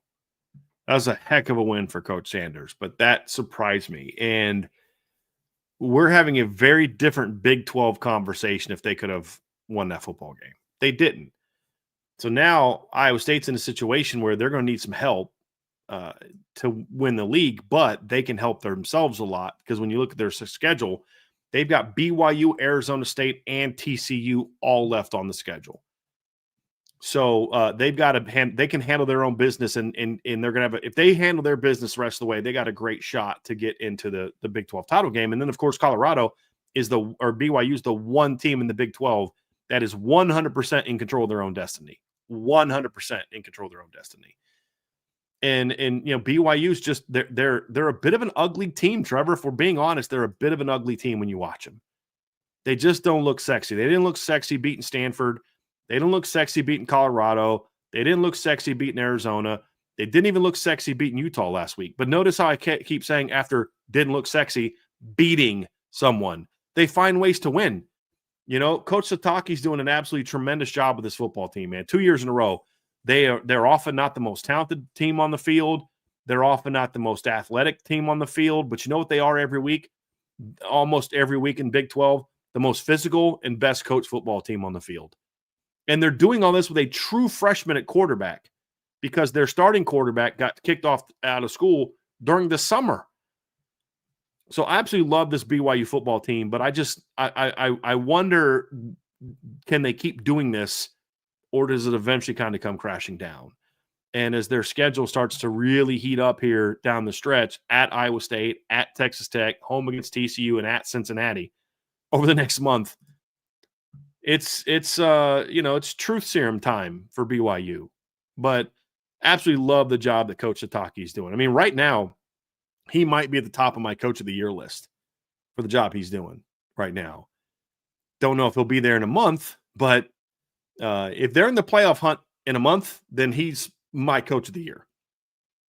This team has no business being undefeated now, and they have no business being in the playoff hunt in November. And kudos to him and the coaching staff. They got one of my favorite offensive coordinators, Aaron Roberts, who's a really good offensive mind. So I really like this BYU team, but this is an Iowa State team, Trev, that is, and their backs are against the wall, and they've had a week to kind of sit in that Colorado loss. What team shows up? Kind of a ticked off, we're now the Hunters, football team, or is it a team that's just still a little bit reeling from their back-to-back losses on the road to Cincinnati and Colorado? Yeah, this one is really, really interesting. And I think this is going to actually favor. I was a little shocked when I looked at the line, but I think it's really going to help out the fact that Iowa State is playing at home. I wonder how much of an impact that's going to have on Bear Bachmeier, who's a true freshman, going up against Rocco Becht, who feels like he's been starting in college for quite some time. I think he's only a junior, but it feels like he's just been around that college football conversation for a while. And Matt Campbell does a good job of getting his teams ready to play at home. I mean, Iowa State is not an easy place to go into and win. Like, they don't have like a win streak like Georgia did or like what Washington has, but they're undefeated at home this season. You go back to last season, the only teams that they lost to at home were Texas Tech by a point, and then Arizona State, Arizona State. That was the Big 12 title game, championship game. So The only team they lost to at home last season was Texas Tech by a point. And then you go back to 2023. At home, they lost to Iowa 20-13, and then they lost to Kansas, who was ranked at the time, 28-21, and then they lost to Texas by 10 at home. That was a competitive game. That was a competitive game, and that was a Texas team that went to the semifinals that year, won the Big 12, and went to the national semifinals. Iowa State is a tough place to play, and I'm going to be really interested to see how Coach Satake handles that, how his true freshman quarterback is going to handle that. But it's just, to your point about BYU winning ugly, doesn't that just kind of seem like that's just how Iowa State wins all of their games and how they have won all of their games the last 2 years? I guess this is going to be who can be the least ugly in this matchup. I'm really interested to see this one go down. Or who can be the ugliest, if you really think about what that looks like. The thing is, like you said, Trev, I think it was a great point that this is a better home team than they are a road team. At home, they beat Iowa. They beat Arizona 39-14. BYU needed overtime to beat Arizona at Arizona. They didn't look great beating Colorado at Colorado, but Iowa State did. I think BYU's proven that they can travel well and beat teams on the road. They did something to Colorado that Iowa State couldn't do. But Iowa State, as you said, is a much tougher team at home. So this is a tough matchup. And look, both of these teams still have the playoffs in front of them. As far as the I mean, look, Iowa State's in a better position than Arizona State was at this time last year, and then they won the Big 12. So this is that game. If you're going to stay in it, you need to win this football game. BYU is in control, even with a loss, is still in control of their own destiny because they can go out and knock off Texas Tech next weekend, and they can go out and knock off the TCU. They can go knock off who's the other team I said they had? Cincinnati. So they get a shot to knock off. They play 4 of the best teams in the Big 12 over the next month. So they are in control of their own destiny. Iowa State is not. And they're basically cooked if they lose this football game. So this is a huge game in the Big 12. What has been everything we thought it was going to be. Absolute chaos. Just absolute. Any team in the Big 12 can beat any team on any given week. It's been fun to watch it so far. I said maybe any team can beat anybody in any given week except for maybe like West Virginia and UCF. Yeah. They're not very good, but the rest of the league is pretty good. Well, let's talk some predictions, Brian, and I'll get us kicked off with this game. I put all things onto the table when I looked at this one, and I actually went and just looked at the weather in Ames, Iowa, and it's going to rain on Saturday. So the ugly might keep getting uglier. I have Iowa State getting this one. And yes, I know they're favored, but I mean, whenever an unranked team goes up against the 11th ranked team in the country, I would consider that an upset, even though I know they're favored on FanDuel right now. I have Iowa State winning this one. I think it's going to be low scoring. I see them winning a 24-21 type of ball game. Both teams are going to turn the football over. You know, Bear Bachmeier's a true freshman. If there's anything that we know about Rocco Becht, he's going to turn the football over in a ranked matchup. Just does, whether it's a botched snap, whether it's a bad interception, a fumble, and, bad handoff exchange. But where this really separates itself for me is Iowa State is playing at home. I do think that's a tough place to go play, especially when you're BYU. You've had a couple of ugly wins, and your quarterback is a true freshman. I think Bear Bachmeier has been fantastic this year, and he's performing better than what I thought that he was going to. But at some point, as we know, every true freshman quarterback has true freshman moments. And Matt Campbell is a good enough coach where I think that he can get his team rallied around enough to capitalize on some of those mistakes. I have Iowa State winning in an ugly one, 24-21 on Saturday. We're close. I'm 21-17. And for the exact same reasons you mentioned. I think it's going to be a lower scoring game. It's going to be a sloppy game. There's going to be a lot of pads popping in this football game because these are two physical football teams. Weather's not going to help. I'm 21-17 Iowa State. We have the same team, same margin of victory, slightly off on the score. But that's how I see this game playing out. I mean, I just, like I said, Trev, I love watching this BYU team play because they're just so well coached. They're so tough. They just find ways to win. I just think that the dream season comes, takes its first kind of black eye this weekend. If you like sexy football, I don't know if that's the one that you want to tune into, but if you like hard smash mouth football, definitely tune into that one. I mean, if you're someone who believes football should be about physicality and defense and just, punishing each other and running the football and those type of things, this is definitely a game that you're going to want to watch. There's no question about that. And these are two well-coached football teams. These are Matt Campbell and Kalani Sitake are two good football coaches. And these are two good coaching staffs.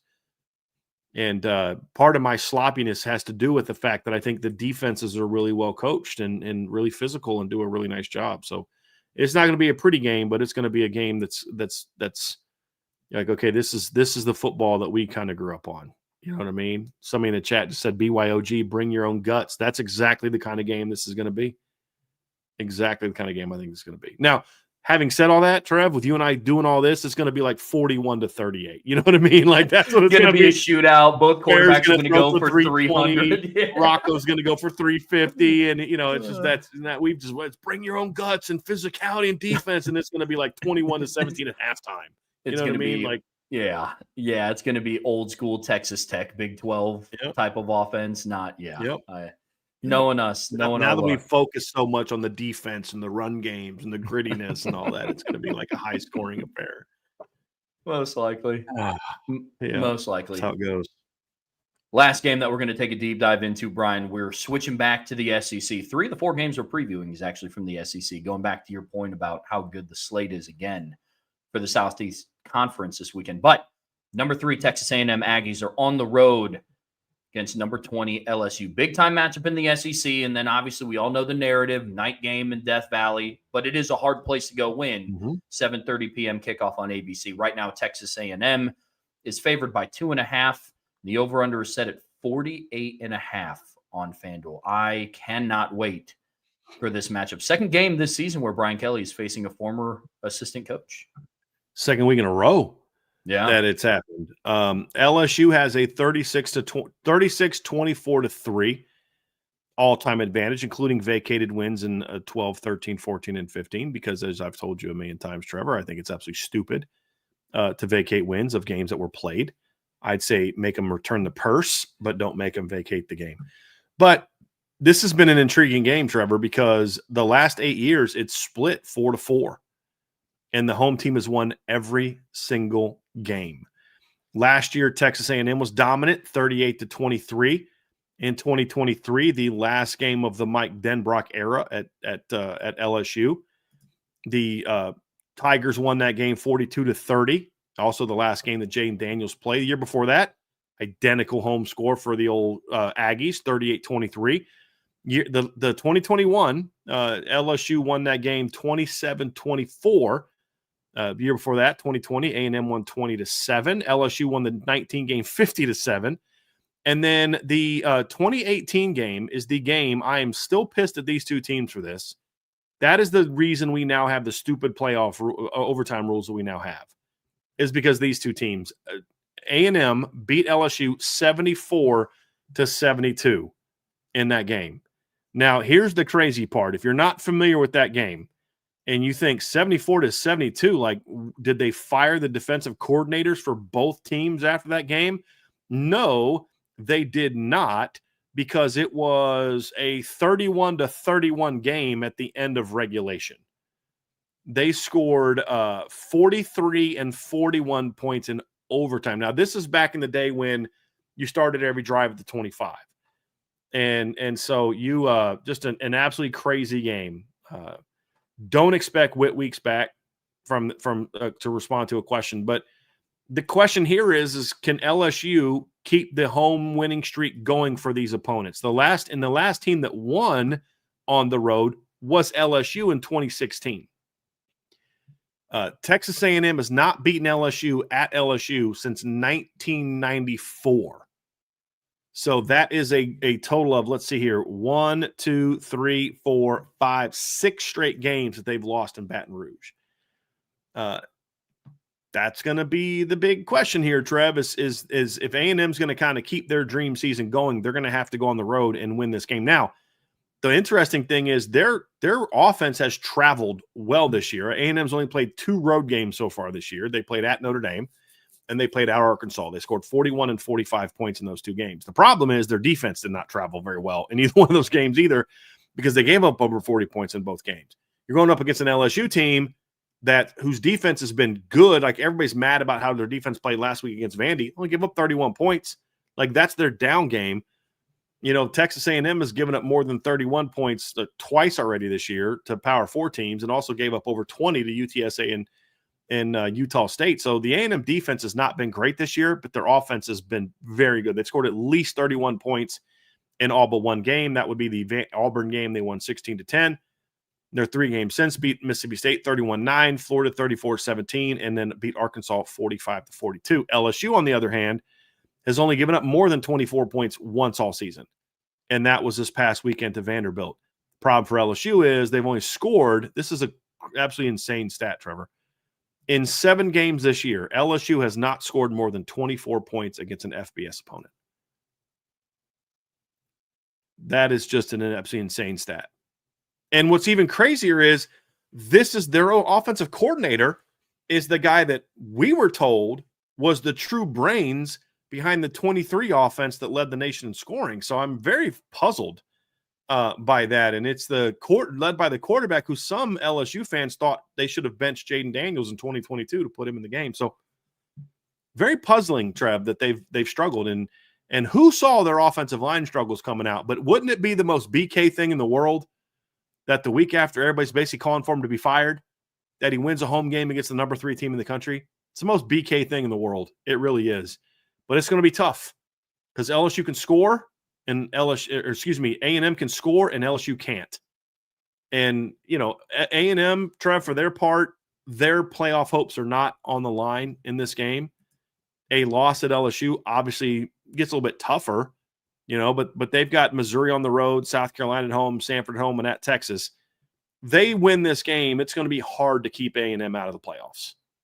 Even if they drop games at Missouri and at Alabama, barring them getting blown out, if they lose at Texas and at Missouri, they're still going to be a 10-2 SEC team with a road win over a really good Notre Dame team. So this could basically, for all intents and purposes, serve as sort of a playoff locking, clinching game for Texas A&M, barring some dramatic upset down the stretch. For LSU, you're in elimination mode. LSU, in my opinion, Trev, I'd like to hear your opinion on this after I say it, because I don't know if you agree or disagree with me. I still think LSU's in control of their own destiny. Now, a lot of people may say, hold on a second, dude. They're the 20th ranked team in the country. They just lost to Vanderbilt. They lost 2 out of 3. Yes, they lost on the road to the number 8 team in the country by 5. They lost on the road to the number 10 team in the country by 7. They have to play Texas A&M, Alabama, and Oklahoma the rest of the way. If they run the table, beat A&M, beat Alabama, beat Oklahoma, they're in. That's not even a question. They're in. So you lose this game, and it's going to be incredibly hard to make it. Now, they have a similar resume to what Oklahoma could have at 9-3, but the odds are if you can't beat A&M at home, you're not going on the road and beating Alabama. And I don't know if you can go on the road and beat Missouri. So the odds are greater that this is going to be one of a few losses they have left. But if Brian Kelly can find a way to get this team to rebound, use all the negative energy surrounding this football team and pour it all into say, hey, nobody respects us. Nobody thinks we can win this game. They all suck. They want you benched. They want you benched. They want your scholarship taken away, and they want me fired. You know what? So we're going to come together, and we're going to be that team. I don't know if Brian Kelly has that in him, but if he does, I think that makes LSU a little bit dangerous. Because even though their offensive line stinks, they still have a talented quarterback, a talented running back, a talented receiver room, and a pretty darn good defense. So if he can get them to kind of galvanize instead of just screw it, we're done, I think LSU could be very dangerous, not just in this game, but the rest of the way. And this game could keep their playoff hopes alive. It really could. Lose, and I think that's when this team falls apart. That's what I think's on the line for this game. Much more on the line in this game for LSU than Texas A&M.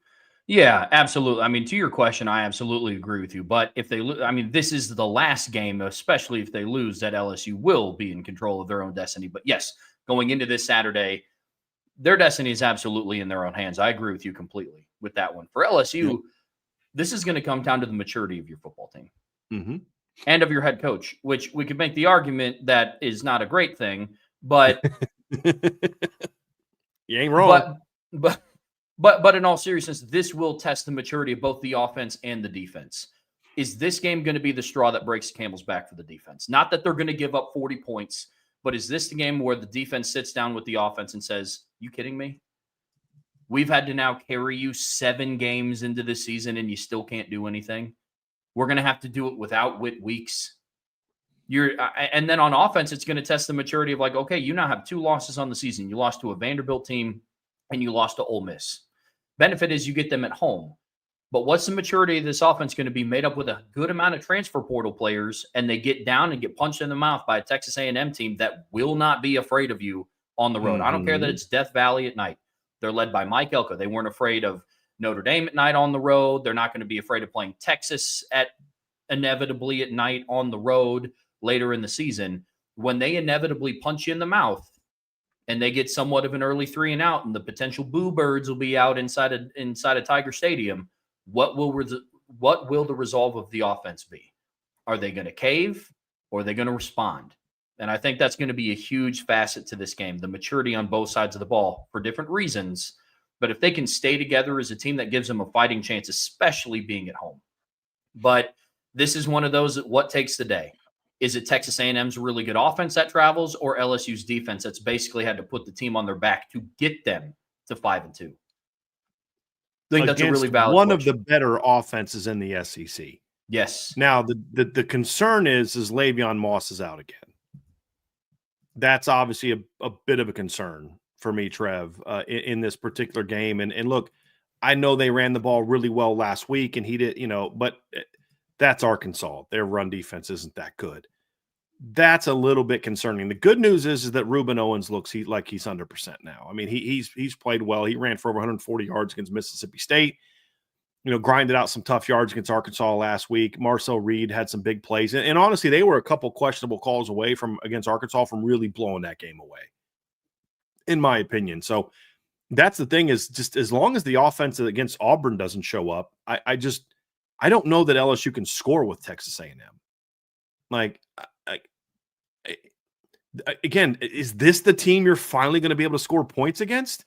It's not like they're so close. They're just a missed pass here away.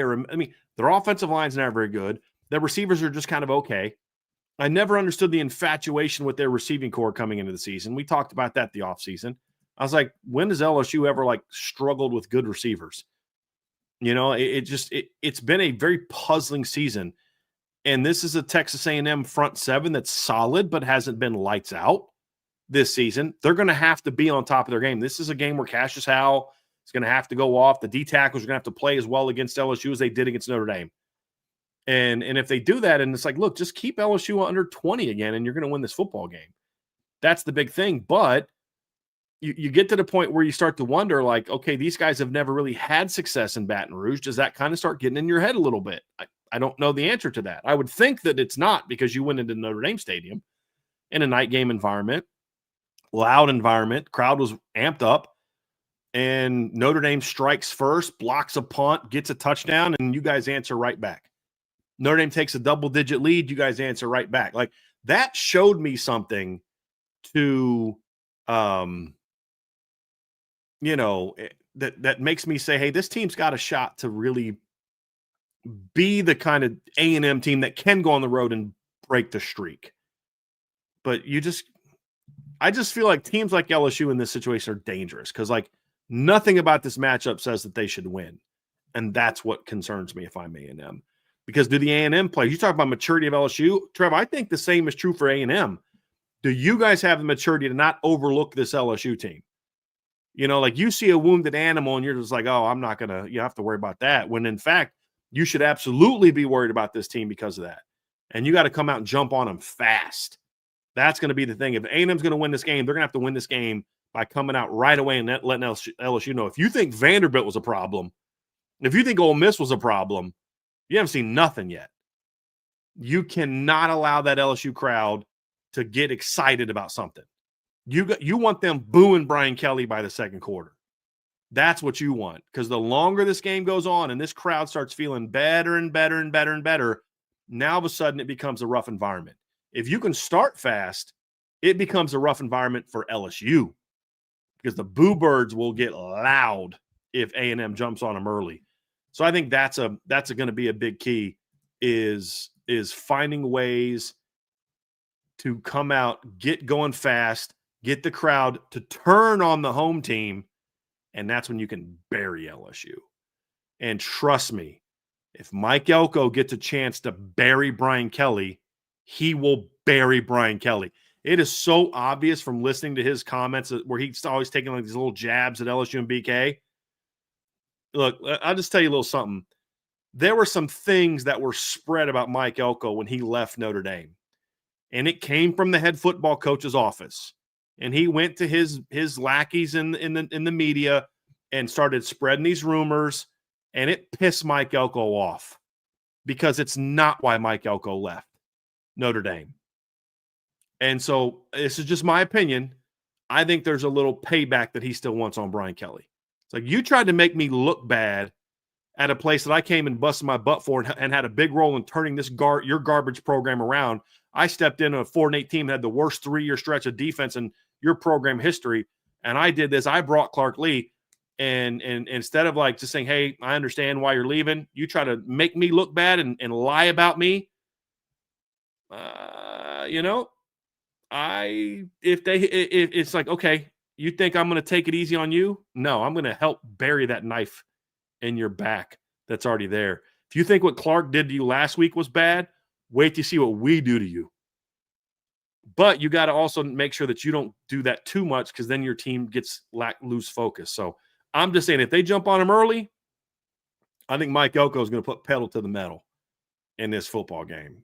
And but if you don't jump on him early, Trev, LSU, if this is a second half game, that's when LSU gets dangerous. Oh, I can't wait to predict this one. This is going to be a good one. I've Texas A&M winning this time. Go ahead. I will. Don't worry. I got Texas A&M winning 27-17. I'm winning by 10 for some of the reasons that you said.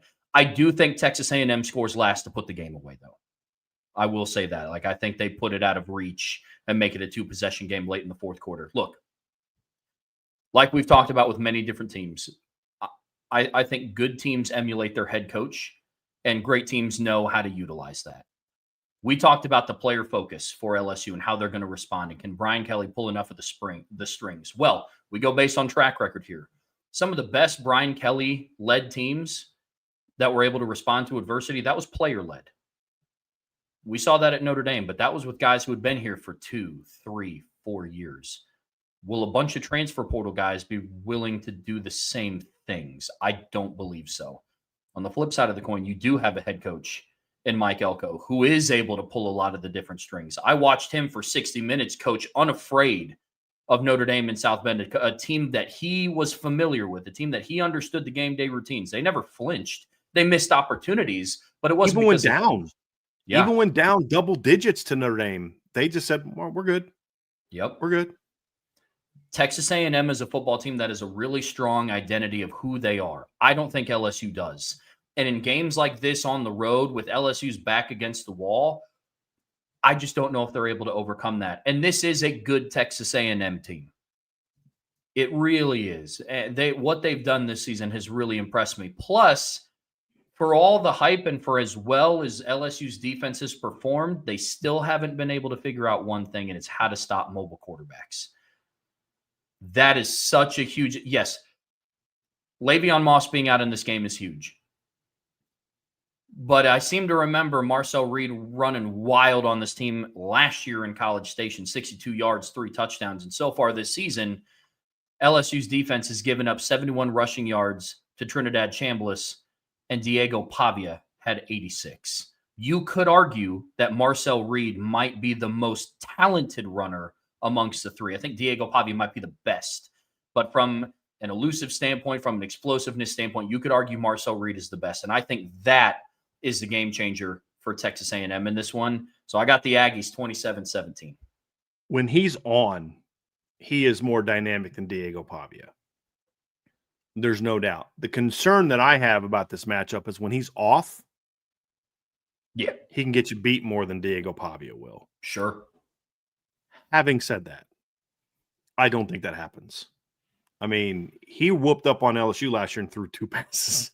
You know what I mean? It's just like, it's literally, people are like, did you see what Diego Pavia did, man? Notre Dame, if they had Marcel Reed, you'd have had no shot again. I'm like, the dude threw 2 passes. What are you talking about? Like, you know what I mean? Like, what exactly are you guys really like thinking this? Like this, he literally went 2 for 2 for 70 yards, Trevor, and ran the ball 9 times for 62 yards and 3 touchdowns. Like, it was embarrassing. I think the mobile quarterback thing does rear its ugly head again. I do. I look at this LSU team and my concern with their defense is you can get to the point, Trevor, and we've seen this with Notre Dame in the past, where you're forced to carry a team so much that it just kind of demoralizes you. Where it's like, you know, guys, I mean, how many games have we lost where we've held a team to, 20-some points? I mean, you get to that point in time where it's like, man, y'all can't give us anything. Like you guys can't give us more than, we're holding teams under the 10 points and winning by single digits. You know what I mean? Like it can demoralize you after a while. And I just wonder if LSU kind of is at that breaking point at this point in time defensively. And look, you want to get your players to rally around you and perform well and do all that kind of stuff. Maybe try not throwing them under the bus.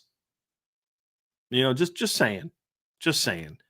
But to your point, they've given up over 200 yards rushing each of the last 2 weeks, and none of those teams have the firepower that A&M does.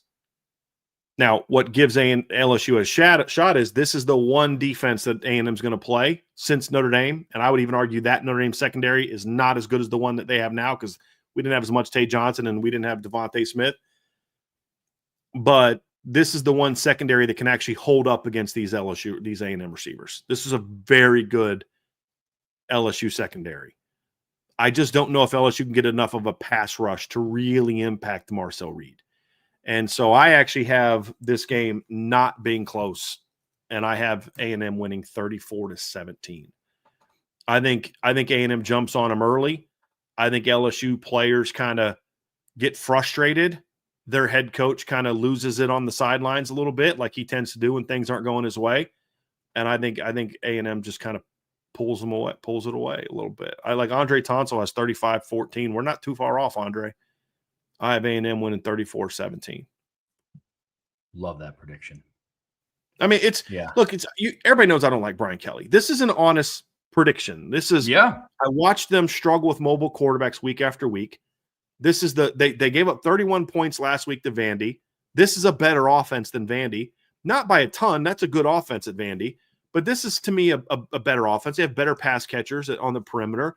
They have a more athletically dynamic quarterback. I think when he's on, he's a better deep ball thrower than Diego Pavia.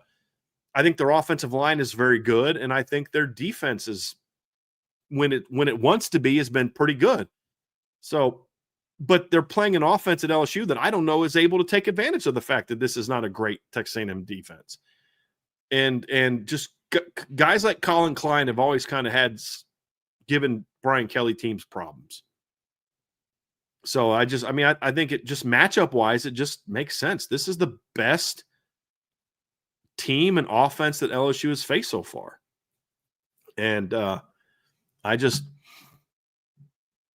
don't think this game is going to be overly competitive, Trev. I really don't. Like I said, I know the Vandy game last week was competitive and it was a 7-point game, but I mean, LSU did score last to make it Vandy had multiple chances of blowing that game open and had multiple times had double-digit leads. That was never a game when you watch, you're like, dude, I think if LSU can just make a stop here, I think you never felt like that. Never said anything like that. Well, folks, love that prediction. Folks, that's going to do it for part 2 of today's show. Don't go anywhere. We have about 11 other games. We're not going to take as deep of a dive, but 11 other games that we want to highlight in this weekend's slate of college football. But before we get there, make sure you hit that like button. Make sure you're subscribed to this channel. Also, make sure you are subscribed to the CFB Nation channel. Bill Bender and Bill Trocchi went through and they talked playoff stuff today. They talked, this weekend's slate of college football. So check them out. Then Vince and I are going live tonight at 8 p.m. Eastern time for this week's edition of the Spread Option. Going to be going over different underdogs of the week, different locks of the week, another fun slate of college football ahead of us. But as always, the best way to support what we do here is subscribe to the premium message boards at boards.irishbreakdown.com. All right, Brian, to wrap up today's show here on the Irish Breakdown podcast brought to you by FanDuel, there are about 11 other games that we have our eye on. We're not taking as deep of a dive, but we are going to talk through some highlights, some key points, go through some of the FanDuel lines for some of these other games. And the first one is one that we had already mentioned earlier today. It's kicking off at noon, Syracuse on the road against number 7 Georgia Tech. Now, this one's interesting because unfortunately the Orange look a little bit different as an offense after they lost Steve Angeli, which is really, really unfortunate. But one of the things that I am going to be keeping my eye on this game, and I'm interested to get your thoughts on this too, can Georgia Tech find a way to win without running Haynes King to death? Yeah. That's going to be a big piece in this game. Yeah, and really the first 2 games are ACC games we're going to talk about, Trevor, and it's really just about some of the top teams in the ACC avoiding that what the heck was that moment. And we've seen that way too often from ACC teams in recent seasons where you think a team is contending for the league title and then they just have that, you think of Miami at losing to Georgia Tech last year, and they're just rolling, they're cruising, they're 9-0, and then you lose that. And then 2 weeks later, you lose to Syracuse, and you're just like, in a game where they had like a 3-touchdown lead. The ACC has just kind of had those weird moments. And when you're a team like Georgia Tech, you say, well, yeah, I mean, Syracuse is reeling, they're struggling. They've lost. I mean, they haven't won a game since Steve Angeli went down. They've lost 3 straight games since they beat Clemson. At some point in time, you just have to think they're going to figure some things out. And if I'm Syracuse, I'm going to say, look, we're going to do everything we can to shut down Haynes King and make somebody else beat us. I mean, that's just kind of how you look at it. And outside of the Duke game, and this is where this matchup is intriguing. Outside of the Duke game, the Syracuse run defense has been pretty good since Tennessee. Held UConn to 142 yards, 4.2 per carry, gave up 107 to Colgate, gave up 140 to Clemson, gave up 76 to SMU, 115 to Pitt. The last 2 games, they held Pitt and SMU to under 2.8 yards per carry. Well, if you can shut down the Georgia Tech run game, you've got a shot in this game.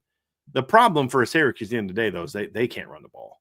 I mean, their rush offense is pretty bad. They've been held under 100 yards 3 times, and then they have 2 other games at 103 and 110. And that's what's really killing Ricky Collins, is because he doesn't have the experience and just feel for the game that Steve Angeli had. And so you don't have that quarterback to protect you, and he doesn't have a run game to protect him. And that's kind of been the issue. Maybe this is a game that Ricky figures it out and Syracuse can pull off the upset.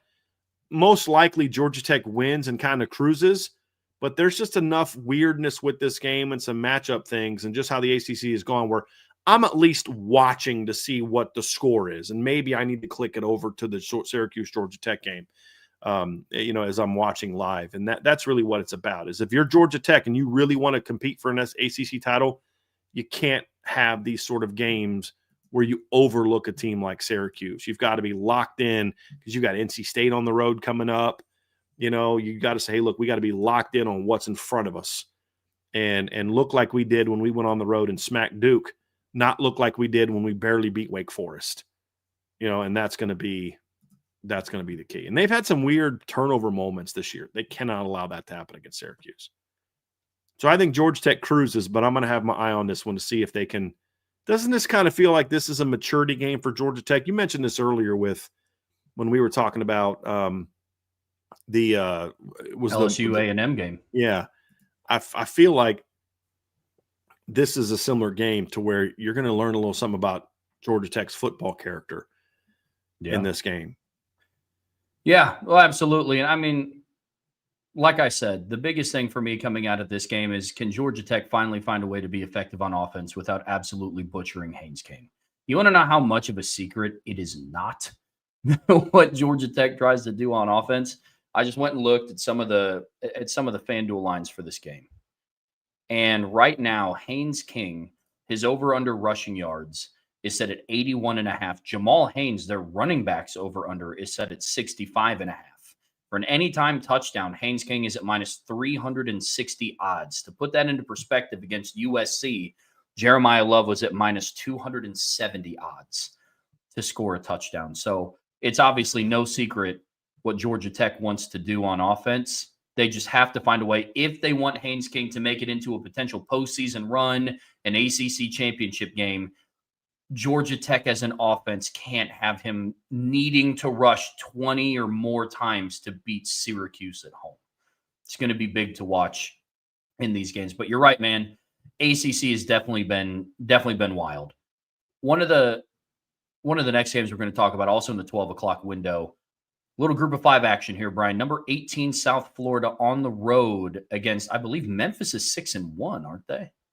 Real quick, I just wanted to quickly mention before that the Virginia-North Carolina game, number 16 Virginia at North Carolina. That's another game I'm watching at noon too, Trev, because as good as Virginia's looked this year, each week is just kind of a show me moment.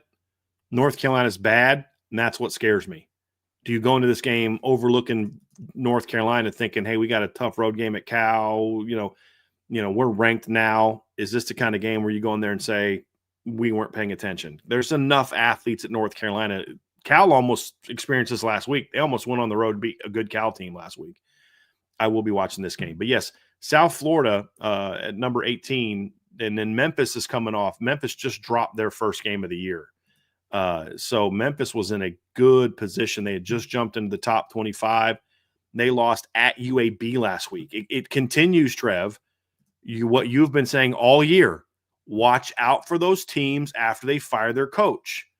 The interim head coach is Chris Mortensen's son, which is a pretty cool story. Obviously, his father passed away, longtime ESPN NFL reporter. But they step in and they look like world beaters, beating Memphis this past week. So this is a bounce back opportunity for Memphis. They were the team going into last week that said, "Hey, we're the team in control of our own destiny when it comes to that G5 bid." Now they're out. Now South Florida jumps in. They're now the highest ranked G5 team. Can Memphis get that back? Because if Memphis wins this weekend, it's almost like these two teams are going to kind of be going like this. But if you're Memphis, you really, really need this game, Trev, because if you look at the rest of their way, it's manageable. If they can beat South Florida to go 7-1, they've got 3-4 Rice the next week on the road. Then they have Tulane, which is going to be a tough game, but it's at home. Then they travel to East Carolina, who's a quality 4-3 football team. Their losses are to BYU, NC State, and a touchdown road loss to Tulane. And then they're home against Navy. So what the rest of their schedule does is it gives them some quality win opportunities, but the two best teams they play, they get at home. So and then obviously they get South Florida at home. So there's a great opportunity for both of these teams to win this one and put themselves in a great position here to win it. South Florida gets UTSA at home next week. Then they get Navy on the road, UAB on the road, and Rice. So their road is a little bit tougher than Memphis's, but if they win this game, they're avoid the upset and beat Navy away from saying we're going to go to the college football playoff under Alex Golesh. So huge game for both teams, Trev, if you're someone who pays attention to the G5, which I do, because there's good football at that level. There's good coaches at that level. USF has one of the most exciting quarterbacks in college football that nobody talks about. If you haven't watched Byron Brown play, he is electric. I mean, you want to just watch somebody that just, you want to watch somebody that just lights up a stat sheet every single week. I mean, listen to this. Last couple games at home against Florida Atlantic last weekend, he passed for 256 yards on 14-24, 3 touchdown passes, no interceptions, 111 rushing yards, 1 touchdown. Week before that on the road against North Texas, 22-28, 245, 3 touchdowns, 1 interception, 82 rush yards, 2 touchdowns. Then the week before that, he was also that game. By the way, North Texas was undefeated going into that game. Yes. I mean, you're absolutely right. This kid's a tank. He's 6'3", 231. I mean, it's a big dude. His best play of the year didn't even count. You remember that? So he against Boise, speaking of your stat line, he went 16-24 for 210 yards, rushed for 43 yards and 2 touchdowns. He had like a 50-yard touchdown run against Boise State where he literally broke like 9 tackles. Yeah. And it got called back for holding. But like that was one of the most impressive plays of the year for anybody, much less, for him. And it got called back. He is and you know what? He showed me a little something too in the fourth quarter against Florida. Just really playing hard. He just willed that team to victory. If you haven't watched him, he's a fun quarterback to watch. And as I said, Trev, 6'3", 231. The kid is a tank. His lower legs, like he does not miss leg day, like ever. No, he's the size of Justin Jolly. Like the NC State's tight end. The kid is absolutely massive and obviously hard to bring down, especially based on the. He's a tank. He's an absolute tank. And then when you look at Memphis, they're an interesting team too, Trev. They have a quarterback. I don't think he's going to be starting this week, but he's played some. He played last week. Actually, I have to check while we're doing this, Trev. Can you check and see if Memphis' starting quarterback Brandon Lewis is back this week?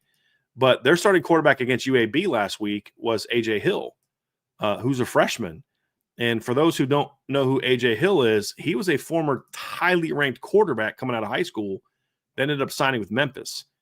And, he got his first start last week because Brandon Lewis, their starter, who transferred in from Nevada, got hurt in the game before. So I'm very curious if Brandon Lewis is going to be back or not yet in this game, but he is not. He is listed as day-to-day, but probably Okay. won't end up playing. Okay, so you're going to need A.J. Hill to kind of grow up a little bit in this game, and it's good he got some experience last week. But he's another very well-built quarterback that was a very highly ranked player. He's 6'4", 215, big-armed kid. Notre Dame looked at him for a little bit before they ended up settling on they obviously ended up getting a pretty good quarterback in Deuce Knight, and then he decommitted, and they ended up with another really good quarterback in Blake Hebert. But he's a good football player, but he's young. He's a true freshman. And can he bounce back from last week's loss and now start number 2 and perform well in this football game? So that's going to be a very intriguing part of this whole thing for Memphis is you're going to have to overcome a little bit of adversity here in this game because you're not going to have your starting quarterback again. You're going to have to go out there and perform well. But and the other thing, too, about Brendan Lewis is he was a runner. He was their second leading – well, actually, he was their leading rusher before he got hurt because – actually, no, he was their second leading rusher because Sutton Davis didn't have a very good game last week against UAB either. But he's their second leading rusher, 440 yards, 5.1 per carry, 7 touchdowns. A.J. Hill's not that kind of runner. He's not really a runner at all. He didn't run at all last week. So that took a little bit something out of that. If you remember when we were previewing the Arkansas game and people were talking about how well Memphis ran on them, we said, hey, guys, that's a very different type of run game. He had over 100 yards against Arkansas. That's what really killed them last week is they lost that quarterback run threat from the offense. That's what gives me a little bit of concern about this matchup for Memphis. But, they did have a game last week where they had to play without him. Can they adjust and adapt? So I'm very much looking forward to this game, Trev. Winner, I think, goes into week 10 in pole position for the group of 5 representation. I do think this is a game that could potentially have the biggest impact on that moving forward. Now, maybe Navy, South Florida here, maybe Navy, Memphis down the road, but if Navy wins this weekend and Navy beats I didn't see Navy get past North Texas first before I'm ready to start saying they are on the same level as Memphis and UAB in South Florida. If they can, though, then it becomes a 3-team race to see who in the AAC has the best shot to win that. And then there's another team in a league out west that might make some noise if they can win this weekend too. So we'll talk about that a little bit too. Brian, let's dive into the 3:30 slot on Saturday. And on top of one of the games that we already talked about, a couple of the games, on top of Missouri at Vanderbilt and on top of BYU at Iowa State, there's a handful of 3:30 games that are going to be really interesting to watch. And we're going to start with number 4 Alabama on the road against South Carolina. Now, this game is an interesting matchup, and I understand Alabama should be favored by a lot. I'm going to look right now. Yeah. Right now on FanDuel, Alabama's favored by 11.5 points. I get it, but this is still one that we should keep our eye on, Brian. Yeah, it's just you want, for Alabama, it's the concern I have now. There's somebody in the chat earlier saying they thought Alabama was a little overrated. And I'm like, what else do they have to do to prove that they're legit? Right? Like, Trev, I go back to the Georgia game and you were like, hey, I just need to see if Alabama's for real because they had beaten, Wisconsin but now after beating Georgia, beating Vanderbilt, beating Missouri, and just spanking Tennessee, it's like if you're still calling them overrated, then everyone's overrated out other than Ohio State and Indiana. Like I don't know what else they need. Had that bad loss to Florida State. Well, was Notre Dame overrated because they had a bad loss in Northern Illinois? Eventually, you have to say that one game does not speak for who this team is for the entirety of their season. But that's kind of what concerns me about this matchup if I'm Bama. You just went through a gauntlet of ranked teams. Now you're playing a team on the road with a losing record. Where's your leadership at to make sure you say, hey, guys, this is exactly why we need to be locked in for this football game. Alabama should be able to beat South Carolina convincingly. This should be a 31-13, 31-17 type of game. South Carolina's got a pretty scrappy defense. Offense isn't much. But if Alabama goes into this game thinking we're the Crimson Tide, we're big and bad, we just beat ranked teams, this team is unranked, they just got smacked by Oklahoma, you could stub your toe. And South Carolina won't be afraid of Bama because they should have beat Bama last year. So that's where I'm at, Trev, it's Bama should win and win big. But I always worry about these type of games for a team like Alabama who's coming off the gauntlet they're coming off of, because do they look past this South Carolina team and start thinking about what's coming up after that, because they just went through a gauntlet. Coming out of the South Carolina game, they've got a bye, and then they got LSU and Oklahoma. So it doesn't get much easier. You've got to make sure you're locked in for this kind of game. And if they are, they'll win. They'll win relatively easily. But if they're not and they overlook LSU, South Carolina, this game could get real dicey, Trev. That's why I'm keeping my eye on this one. Yeah, I agree with everything that you said. And one of the ways that Alabama can really benefit themselves and not overlook this opponent is if they have an emphasis, and they haven't all year. I get it. You've won 4 straight against ranked opponents. Ty Simpson is performing like one of, if not the best quarterback in college football right now. He's up there in the conversation with Fernando Mendoza. But if Alabama can establish the ground game in this one, that is going to really solidify their chance of like, hey, they're not going to overlook them. But I could see a scenario where Alabama goes out, Kalen DeBoer and Ryan Grubbs try to do their best to further Ty Simpson's Heisman argument, and he has somewhat of an off game. And that you give South Carolina, a scrappy team like that, a window in. I think they need to do everything they can to get Jam Miller involved in the offense this week. Because right now he's 50% effective versus 50% essentially a non-factor. And I mean, against Tennessee, despite them winning 37-20, he had 12 carries for 15 yards. But that's the whole point, though. Despite them winning 37-20, their leading running back 15 yards. This is who they are. Sure. I mean, I don't love it. I wouldn't want that at Notre Dame. This is who they are, though. And when you break them down, you have to look at like Notre Dame kind of is this way a little bit, where people say, why doesn't Notre Dame run the ball outside? I'm like, because they do something else outside. That's why they run all those swing passes. That's basically a toss. It's just getting out there a little bit quicker. That's the thing that I think ultimately, Trev, is going to eventually bite Bama in the butt, is that the fact that they don't, I mean, in who knows when it'll happen. At Washington, it didn't bite him in the butt till the title game. But it did bite him in the butt because Michigan was good enough to kind of throw their pass game off, and then they didn't have anything to turn to. That is a legitimate concern. I'm with you. But I just don't think they're going to try to do that. I just think this is who he is. You know, they didn't run the ball at Washington either, despite having Dylan Johnson. This is just who they are. But to your point, Trev, if Ty Simpson has an off game, that makes things real dicey for Alabama. Like I'm with you. I just don't think they're going to try to establish a run game. This would be the game for it, though. To your point, like at some point in time, you got to at least try. I think you got to try. But I mean, we've said that for weeks, and they don't try. I mean, I thought maybe they were kind of getting there a couple weeks ago when Jam went. Who was it? He went over 100 yards against. Was it Vandy, Missouri? Yes. Yeah, it was. He had like a $136 against Vanderbilt. And I'm thinking, okay, now this is when they get dangerous. And then the next 2 weeks, he does hardly anything. I mean, and you got a big old physical offensive line, man. Like it is just like, dude, I don't know why you're not better. Well, and that's what makes this matchup so interesting, because the last time Ty Simpson had an off day, who did they play? A team with a mobile quarterback that was able to make plays off script and keep them in the game, which is something that Lenora Sellers has the ability to do. And you're going up against a team in South Carolina that quite literally has nothing else to lose. They're going to just try to play spoiler, assuming that Beamer can get them to do that. So, yeah, this one's going to be interesting, Brian. I'm really interested to see how this one plays out. But that's also what makes South Carolina dangerous, because Shane Beamer's teams are so up and down. Though some weeks they look like world beaters, and then the next week, we've said this about him, South Carolina will never consistently be good under Shane Beamer because he is just not emotionally consistent enough. Just he's too up and down, and his team plays like he acts. I think he's a smart football coach, and I'm not taking a shot at him. From everything I've heard, he's a really good dude. But when you are so up and down emotionally, and you kind of lack some personal discipline, your team is going to play that way. But when he's on and they're a dangerous football team. And anytime you got Lenora Sellers, who's I think was a little overrated coming the season, we talked a little bit about that. Still a talented player.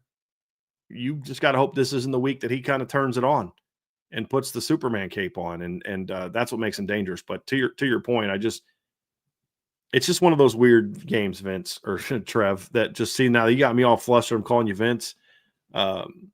It makes you a little bit nervous if you're an Alabama fan. Like, man, I'd rather them be 6-1 and ranked 12th You know what I mean? Like, I feel like that would make me feel better about we're going to go win this football game because we know we'd be up for it. Now they're 3-4. You know, they got three of the freakiest athletes in college football on their team, you know, and Dylan Stewart and Nick Harbor and then Lenore Sellers. That's what just makes me a little bit nervous about it. But if Bama plays their game, they'll win and win convincingly.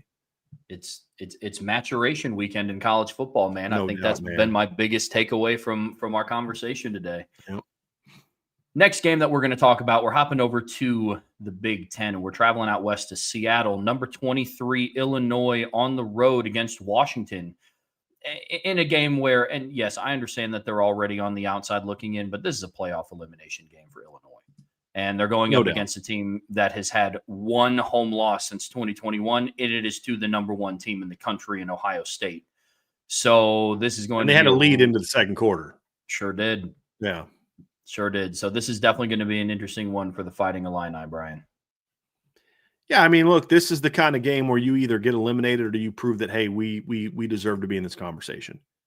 I mean, that's really what this game is for Illinois. It's as simple as that. It's, can you go on the road and beat a team that's been really hard to beat on the road or at home, you know, and the rest of your schedules, Rutgers, Maryland, Wisconsin, Northwestern, like you win this game, barring you just not showing up one Saturday, you're going to cruise and be 10-2.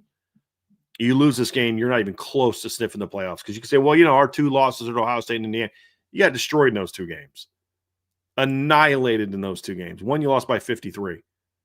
You lose this game, you're out. You win this game, and it's still going to be tough, but you at least have a shot. But you lose this game, and you're done. And if you're Washington, this is your chance to kind of get back on track. You know, Washington's lost 2 out of 4, needed a comeback to beat Maryland, got beat pretty soundly by Michigan last week. If they win this game, they improve to 6-2, and then their next 3 games are Wisconsin, Purdue, USC, UCLA before they go play Oregon. Then you got to ask yourself, does Washington have a shot to get in at 10-2? Guys, I don't think Washington is a team getting enough attention. That's why the loss to Michigan last week hurt. But even with that, if they beat Illinois this week, that gives them a ranked win. They got Wisconsin, Purdue, UCLA, and then they end the season at home against Oregon. If they end the season with a home win over Oregon, they're sitting there at 10-2 with 2 pretty darn good wins. Their losses are to 2 good teams. Now all of a sudden we're saying, does Washington have a shot to get an at-large spot and be that 4th Big Ten team? Let's see. So there's something on the line for both teams. It's going to be a harder track for Washington, in my opinion, than Illinois based on perception. But the one thing that Washington has that Illinois does not is they have 2 shots to earn statement wins down the stretch. Illinois only has 1. So I think it's going to be a very fascinating game. And I think I like Washington in this game. I do.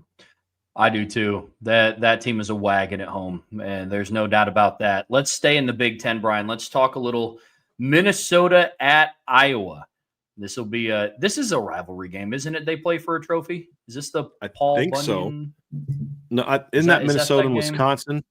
Or that might be. Yeah, maybe that's what I'm thinking. That's Minnesota, Wisconsin. Let's see. I'm gonna look this up, see if they have something here between the two of them. But yes, they play for the Floyd of Rosedale. It's a bronze trophy in the shape of a pig, which is awarded to the winner of the game. So right on. Okay. Yeah.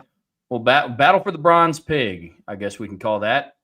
Yeah. But well, either way, this is going to be a game that they have it. It's a real thing. I'm just looking at it. It's like creepy a little bit. It's like they say it's a pig. It looks a little bit like an armadillo. It's just a little bit weird. So yeah. Well, in a game that could potentially set offensive football back decades, Brian, talk to us a little bit about Minnesota and Iowa. Well, you know what though, man. You know this, Trev. I'm not the biggest PJ Fleck fan in the world. You know that. I'm not. But you know what? He's doing a heck of a job with his football team. He really is. You know, they're 5-2. Their losses, they had a bad road loss to Cal. They bounced back with a nice win over Rutgers. Got beat by Ohio State. Bounced back with 2 good wins and smacked Nebraska last week. They're not a team at 10-2 that's going to make the playoffs, in my opinion, because I don't think they have a shot in heck at being 10-2. But if you're Minnesota, you are sitting there looking at it like, look, if we go 10-2, we'd lose Ohio State. We'd beat Iowa on the road. We'd have to beat Oregon on the road. It's not going to happen, but it is one of those games where if you can pull off this upset, you're looking at potentially an 8-9 win season for PJ Fleck, which helps you. And then you've got this talented young redshirt freshman quarterback in Drake Lindsey, who still looks like a redshirt freshman in a lot of weeks. Some weeks he looks like he's a future NFL draft pick. Some weeks he looks like, I don't know what this kid is doing, but when he's on, boy, he's a good football player. And in order to win this football game against Iowa, you're going to need him to be on. Iowa, on the other hand, is another very intriguing team that we're not really talking enough about, Trev. And I get why, but, they're one that's sitting here at 5-2. They have a 5-point loss to Indiana, a 3-point loss to Iowa State. I would argue that they were more competitive against Indiana than Oregon was, especially defensively. They have a legit good defense. Shocker. Phil Parker has a great defense, right? But, this is the kind of game, Trev, where if they can beat Minnesota, go 6-2, they have a bye, then they have Oregon at home. And then after Oregon, they have to play at USC, home against Michigan State, at Nebraska. Guys, Iowa's got a shot to push for a playoff berth. I think even more so than what Oregon does. So this is a very intriguing game that nobody's talking about playoff implications nationally. But are you telling me that if Iowa runs the table and has a 5-point loss to Indiana, a 3-point loss to Iowa State, they beat Penn State, they beat Oregon, they beat USC, they beat Nebraska, and they beat what's going to be a 7-8 win Minnesota team, you're telling me they're not going to be in the conversation for the college football playoff? I think they will. And so it's going to be a tough road for both teams, but I think the winner, especially Iowa, is a team we need to start paying attention to coming out of this game. And that's why I'm very much looking forward to this. And I'm a little surprised Iowa's not getting more respect in the polls. Like they didn't get a single vote in the AP poll last week, which I think is a little nuts. Minnesota has a vote, but Iowa does not. Iowa's not getting enough respect because people look at the style of play, and they're like, it's an ugly style of football. I don't care. It's an ugly style of football. You know what it does? It results in wins. And you win this football game this week, now all of a sudden people have to pay attention to you. And then you've got 2 weeks to prepare for Oregon. It's going to be interesting, Trev. Very interesting. Yeah, Iowa would definitely put themselves into the conversation if they go on a little win streak. This isn't indicative of the argument that you just made for him. This is just a stat that I've kind of just been waiting to bring up for quite some time, and I haven't been able to, but now we're talking about Iowa. They haven't had a quarterback reach double digits in passing touchdowns since 2021, and it was with Spencer Petras, and he had 10. And he was terrible. He was one of the worst Power 5 quarterbacks I've ever seen. And Trev, this is where you start to say, when it comes to their offense, this is a Kirk Ferentz problem, because they've had multiple coordinators. You could blame his son. You talk about, well, this quarterback is – look, Cade McNamara is a guy that leads Michigan to the college football playoffs, and he comes to Iowa and can't throw the football anymore. Mark Gronowski leads South Dakota State to a national championship at the FCS level. He comes to Iowa. He can't throw the football anymore. At some point in time, you got to say, hey, maybe we're the problem as coaches. Maybe I, as the head coach, who's been the one common denominator, is the problem. Because if you could just get competent offense, this team could be super dangerous. Super dangerous. But he just refuses to do the things that I think are needed to really do that. And I understand, hey, we're really gonna grind it out on defense. Well, bro, you only need to get to 21 points against Indiana to win. Your defense is holding them teams to 20. You got to do better, because that's an absolutely embarrassing stat, man. Like it's wild. So bad. But it also something that makes you say, like, that's what makes this team dangerous. Like Mark Gronowski right now in 7 games has 3 touchdown passes. That's not a Mark Gronowski problem, dude. He has 10 rushing touchdowns. I get that, but like. Well, and to add context to that, Brian, he has 3 touchdown passes on the season, and I don't think he's had one in like 4 games. Yeah, he hasn't had one since the UMass game on September 13th. His last touchdown pass came the same weekend that Notre Dame played Texas A&M. Seriously. Oh, no. Like, they beat Penn State last week, and he threw for 68 yards. Like, it's just dude, it's silly. I mean, it's silly. This is a kid who last year had to play against Oklahoma State. They got beat, but he threw for 264 yards and 2 touchdowns. I mean, Like this is a kid that's played in national championship games. I mean, this is a good football player. And he's thrown 3 touchdown passes in 4 games. Like, come on, man. Come on, dude. At some point in time, you got to say, hey, look, we're doing a lot of great things here at Iowa, but if we want to truly get the most out of our program, we've got to be able to do better than this. So, but they're not going to do that this year, I don't think. I don't think they're all of a sudden going to figure it out, but they just keep winning, Trev. They keep winning. Let's talk a little to round out the 3:30 window. Let's talk a little bit more Group of 5 action. San Diego State is on the road against Fresno State. Brian, I know this is one that you really wanted to talk about. Yeah, because we keep talking about all these Group of 5 teams that are in the college football playoff conversation, Trevor, and the one team that just doesn't get a lot of conversation from what I've seen is San Diego State. And you know, their head coach, Sean Lewis, you know, is a guy that was the head coach at Kent State during the COVID year when that offense scored a ton of points. He was the offensive coordinator for Deion Sanders recently. And they're a very intriguing team, Trev. They're 6-1. They lost early in the year to Washington State. They bounced back from that game and beat Cal 34-0. Then they went and played Northern Illinois and beat them 6-3. Since then, they beat Colorado State 45-24, Nevada 44-10. So they're now sitting here getting ready to go into this game, Trev, at 5-1, going against a 5-2 Fresno State team. And as I kind of break this game down, you say, boy, this is a really intriguing football team. Jaden Denegal is their quarterback. He transferred in from Michigan. Man, I'm telling you, this is an interesting team. Their running back's got a great name. Their top running back, Lucky Sutton, just a great name. This is a really scrappy team that you look at their schedule. If they beat Fresno on the road this week, they got Wyoming at home. Then they got a game at Hawaii. Timmy Chang is doing a great job with that Hawaii team. They're 6-2 right now. And then they've got a game at home against Boise State. Like, this is a team that has work to do, but the first step towards that is beating Fresno on the road this weekend. You beat Fresno on the road this weekend, now all of a sudden people need to start paying attention to the San Diego State team as a potential legitimate contender for the automatic bid in the college football playoff. I get why they're not getting a lot of love right now, but this game could be one that says, hey, people need to start paying attention to this football team. Last couple here, Brian, in the 4:15 window, number 22 Texas on the road against Mississippi State. As where things stand right now, Texas is 7.5-point favorites, but the over-under is set at 45.5. I can see this being a lower scoring game, especially considering what Texas's offense is, or I guess lack thereof of what it has been. What do you see about this one?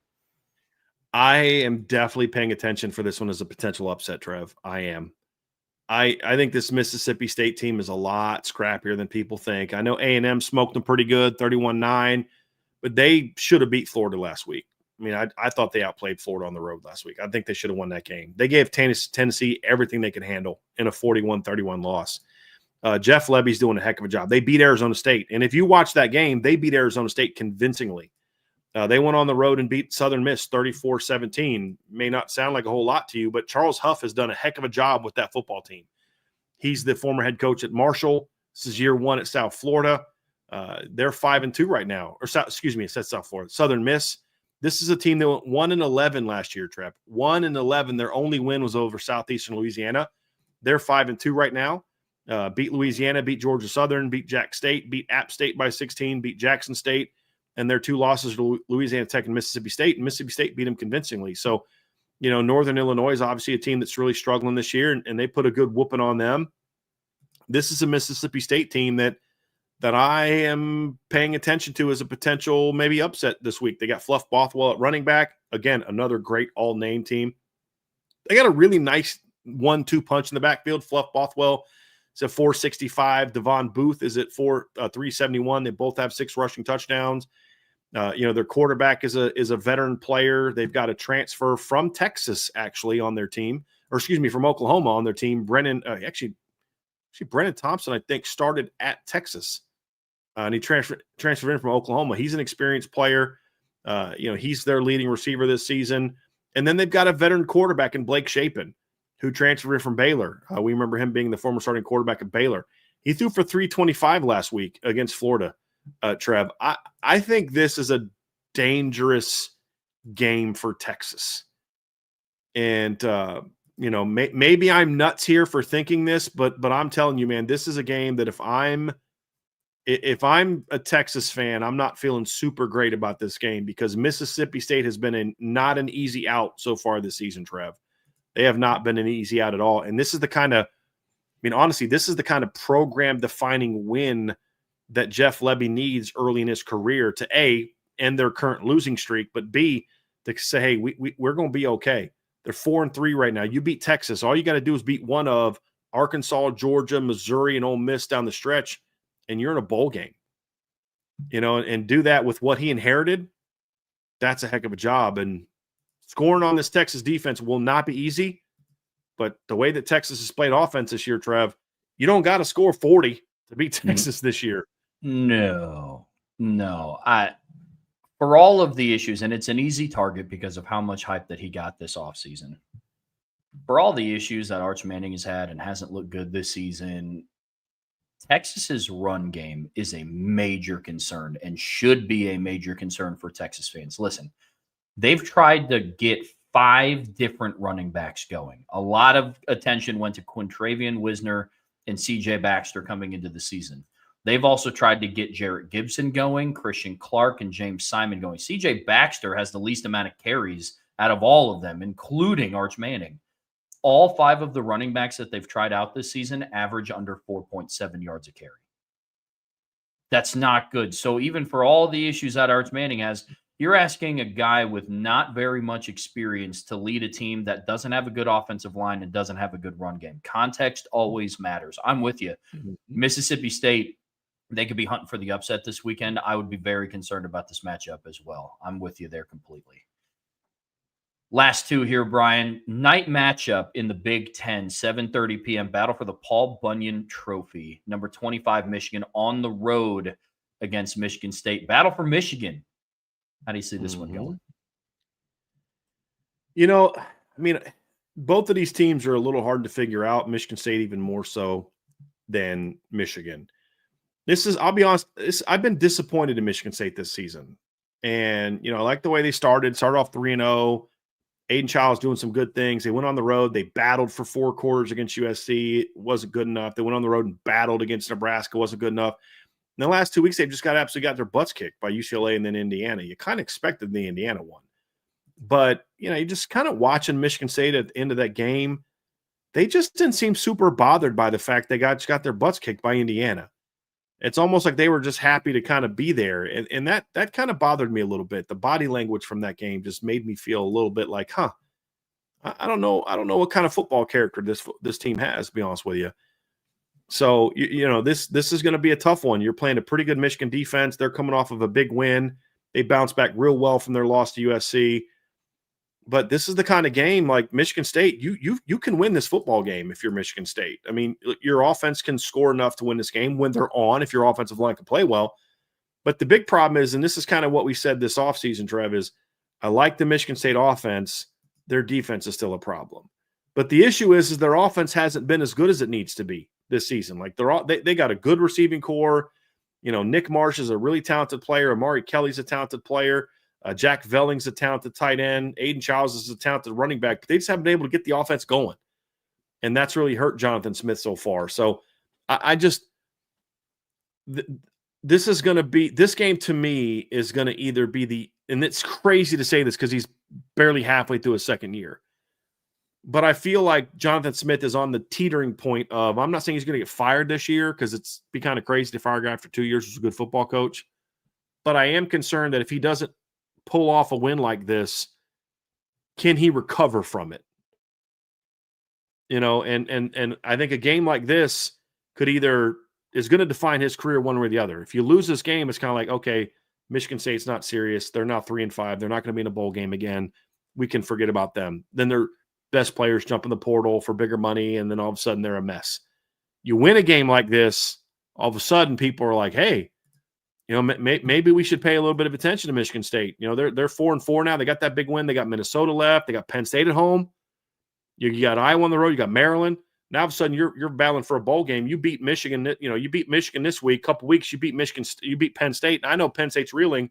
Still Penn State. When you're talking to recruits, maybe you can recover and bounce back and finish pretty well. You lose this game, your season's basically over, in my opinion. And it could be a tough spot for a guy who's not from this area. Jonathan Smith's a West Coast guy, played at Oregon State, coached at Washington, coached at Oregon State. I think he needs this game bad. And I think you could argue that Sherrone Moore does as well.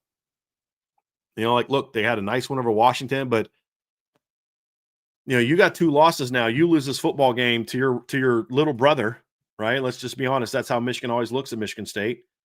And you look at the rest of your schedule, you've got Purdue, Northwestern, Maryland, and Ohio State. Northwestern's no pushover. Maryland's no pushover. And Ohio State's probably going to kick your butt, in my opinion. I think you need this win. You win this game, you got a great shot to be 9-3 at the end of the year and ranked. You lose this game, best you can do is 8-4 again. And I don't know if that's necessarily what's going to have a lot of people fired up at Michigan. I think they'll understand it. But I think you start to see some questions about how good of a coach Sherrone Moore is if he loses this game. I think that's extremely fair. I'm with you. Michigan State has disappointed me this season too, and it almost feels like after a couple of those early season losses, they've just kind of given up. And I think that's reflective in their final scores. I think it's reflective in the body language of when you watch them on the field. It's been disappointing. Mm-hmm. It really has. But I'm with you. If Michigan needs some stuff to prove too, the thing not going in Michigan State's favor is they do not have a good rush defense. They're 56th in the country in yards allowed per game, 84th in the country in yards per carry allowed. And if there's one thing we know about Michigan, it's that they can run the ball behind Justice Haynes. So, and let's give some context to those numbers, Trev. You said, what do they rank in the country in rush defense? 56. That's because they held Western Michigan to 29 yards, BC to 67 yards, and Youngstown State to 97 yards. Yeah, there you go. So like they're even worse than you think. USC went for 289, UCLA went for 238. Indiana only went for 132 because they only ran the ball 28 times. They went for almost 5 yards carry. Their defense is it has not been good stopping the run this year against any team with a pulse. And Michigan is a team that wants to run. Indiana doesn't need to run the football to win. They're a lot like Notre Dame. Okay, you want to try and stop the run? Cool, we're going to light you up in the air. Michigan needs to run the football to win. So this is going to be a big test for Michigan State. But it has not – playing teams like this has not gone well for them so far this year. So I just wanted to add Trevor's numbers are bad enough, but when you actually look at the context of they were giving up less than 100 in the first 3 games – and now they're 56. Yeah. No, that's definitely not. Last game, Brian, we're switching over to the Big 12. 8 p.m. kickoff between the 6-1 Houston Cougars on the road against the 5-2 and number 24 ranked Arizona State Sun Devils. And this is Arizona State's coming off of a big win at home against number 7 Texas Tech. And then Houston, after losing to Texas Tech at home, they've strung together 2 good wins, 39-17 on the road against Oklahoma State, and they beat Arizona at home 31-28. But Houston's one of those sneaky good Big 12 teams, and Arizona State has just had a weird season. They have just no kind of offense for Arizona State this year. Just even when their quarterback came back against Texas Tech, they still couldn't score, but they won the game. I mean, that's at the end of the day, that's kind of what matters, right? I mean, that last week we talked about this is a huge game for Arizona State last week, Trev. I mean, they were a team that was on the verge of just their season kind of going in a really bad place. They were 4-2. They had just gotten blown out by Utah. They've got Houston coming up, at Iowa State, at Colorado. You're like, what kind of season is this going to be? And they got that win over Texas Tech. Now they're 5-2, and you're saying, hey, they got a shot to play for the Big 12 title game again. You can't afford to then now slip up the next week and get beat by Houston. At the same time, we talk about coaches who are doing a heck of a job this year, coaches who should be in the conversation for Coach of the Year. Willie Fritz should absolutely be in the conversation for Coach of the Year. And the job he's doing at Houston is outstanding. And they're not a pretty team. They're not a sexy team, but they just find ways to win. They're a hard-nosed football team. Connor Wegman is just, the pressure's been taken off of him. He can just relax and play ball. He's got 11 passing touchdowns, 2 picks. He's got 6 rushing touchdowns. He's comfortable, Trev. He's not great. He's comfortable. He's running, he's throwing, and this Houston team is winning. I mean, they're 6-1 right now, Trev. Think about that. 6-1. This Houston team is 6-1, and their only loss was a 4-point road loss at Mississippi State. Oh, I'm sorry, that was Arizona State. Their only loss was the Texas Tech game. They've blown out Colorado. They blew out Oklahoma State. They blew out Rice. Had a nice gritty win last week against Arizona, and then had a nice comeback win at Oregon State. Now, none of those teams are great teams, but they find a way to win. I think this is where you find out how good Houston is, though, Trev, rest of the way, because I think the schedule ramps up a little bit the rest of the way. For the old Cougars, they have Arizona State this week. They still got to play at UCF. They still have to play at Baylor, plus home games against West Virginia and TCU to go with the Arizona State game. So if he can somehow find a way to win this game, all of a sudden you're like, wait a minute, hold on a second. Do we need to start talking about Houston as a potential Big 12 winner? If they don't lose this game, you just hope that they can rally and bounce back next week when they play at home against West Virginia and kind of get this thing turned around. For Arizona State, you win this game, you're still very much in the conversation for repeating as Big 12 champs because they have 2 losses, but as we were talking about, one of those is to Mississippi State out of conference, 4-point loss to Mississippi State out of conference. So you are a team that still is in control of your own destiny in the Big 12. Very different situation from where they were at this time a year ago, where they just needed a lot of help. But that's why you have to avoid a loss in a game like this. You have to avoid a loss in a game like this in order to be. I mean, you're at home. Houston's a good team, but you're at home. You should win this game. And so the winner puts themselves in a great position to win the league. If you're Houston, you just want to make sure you want to win the game. But if you don't win, you want to make sure you just keep it close and keep it competitive so you can continue to ride some of that momentum. And for Arizona State, just find a way to win at this point in time. Just find a way to win. That's who they are now, right, Trev? I mean, and then you got Iowa State next week. Because if you lose this game and you got to go to Iowa State next week, now all of a sudden your season's looking very dire. Mm-hmm. Very dire. But if we know anything, if there's a head coach that I want leading my program in a must-win situation, Kenny Dillingham's not a bad option to have it there. Nope. And he's going this is just real quick as we end the show here, Trev. This is why the Big 12 is, to me, a better league than people realize. The talent of the league is not as good as the other leagues. Coaching. As far as the on-field, there's great coaching in that league. Very underrated coaching in that league. And Willie Fritz might be at the top of that list of most underrated. Lance Leopold would be a home run hire for Wisconsin at Kansas. Chris Kleiman's not doing a good job this year, but he's a good football coach. Matt Campbell's a heck of a football coach. Kenny Dillingham's doing a heck of a job, in that league right now at Arizona State and just really just kind of building a strong team there. You just look around this league, Scott Satterfield's doing a heck of a job at Cincinnati this year. Kalani Sitake, who we've praised. Joey McGuire's doing a heck of a job with that Texas Tech team. Sonny Dykes is, turning to TCU right. He led them to the national title game 3 years ago. Kyle Whittingham at Utah is a heck of a football coach.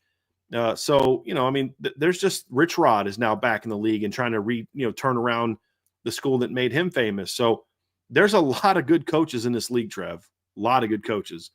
And that's what makes it also a dangerous league because you just never know what week one of these good head football coaches is going to have their team. I didn't even mention Deion Sanders, who did a heck of a job with Colorado last year. And honestly, Colorado's not great this year, Trev, but I mean, I think they should even be even worse, than what they are. They're 3-4 and had a tough loss to Georgia Tech, tough loss to BYU. They've been scrappy and they've beat Iowa State. They're a scrappy team. So it's a well-coached league, and that's part of what makes it fun to watch. And these are 2 of the better ones going at it in this football game with Willie Fritz at Houston and Kenny Dillingham at Arizona State.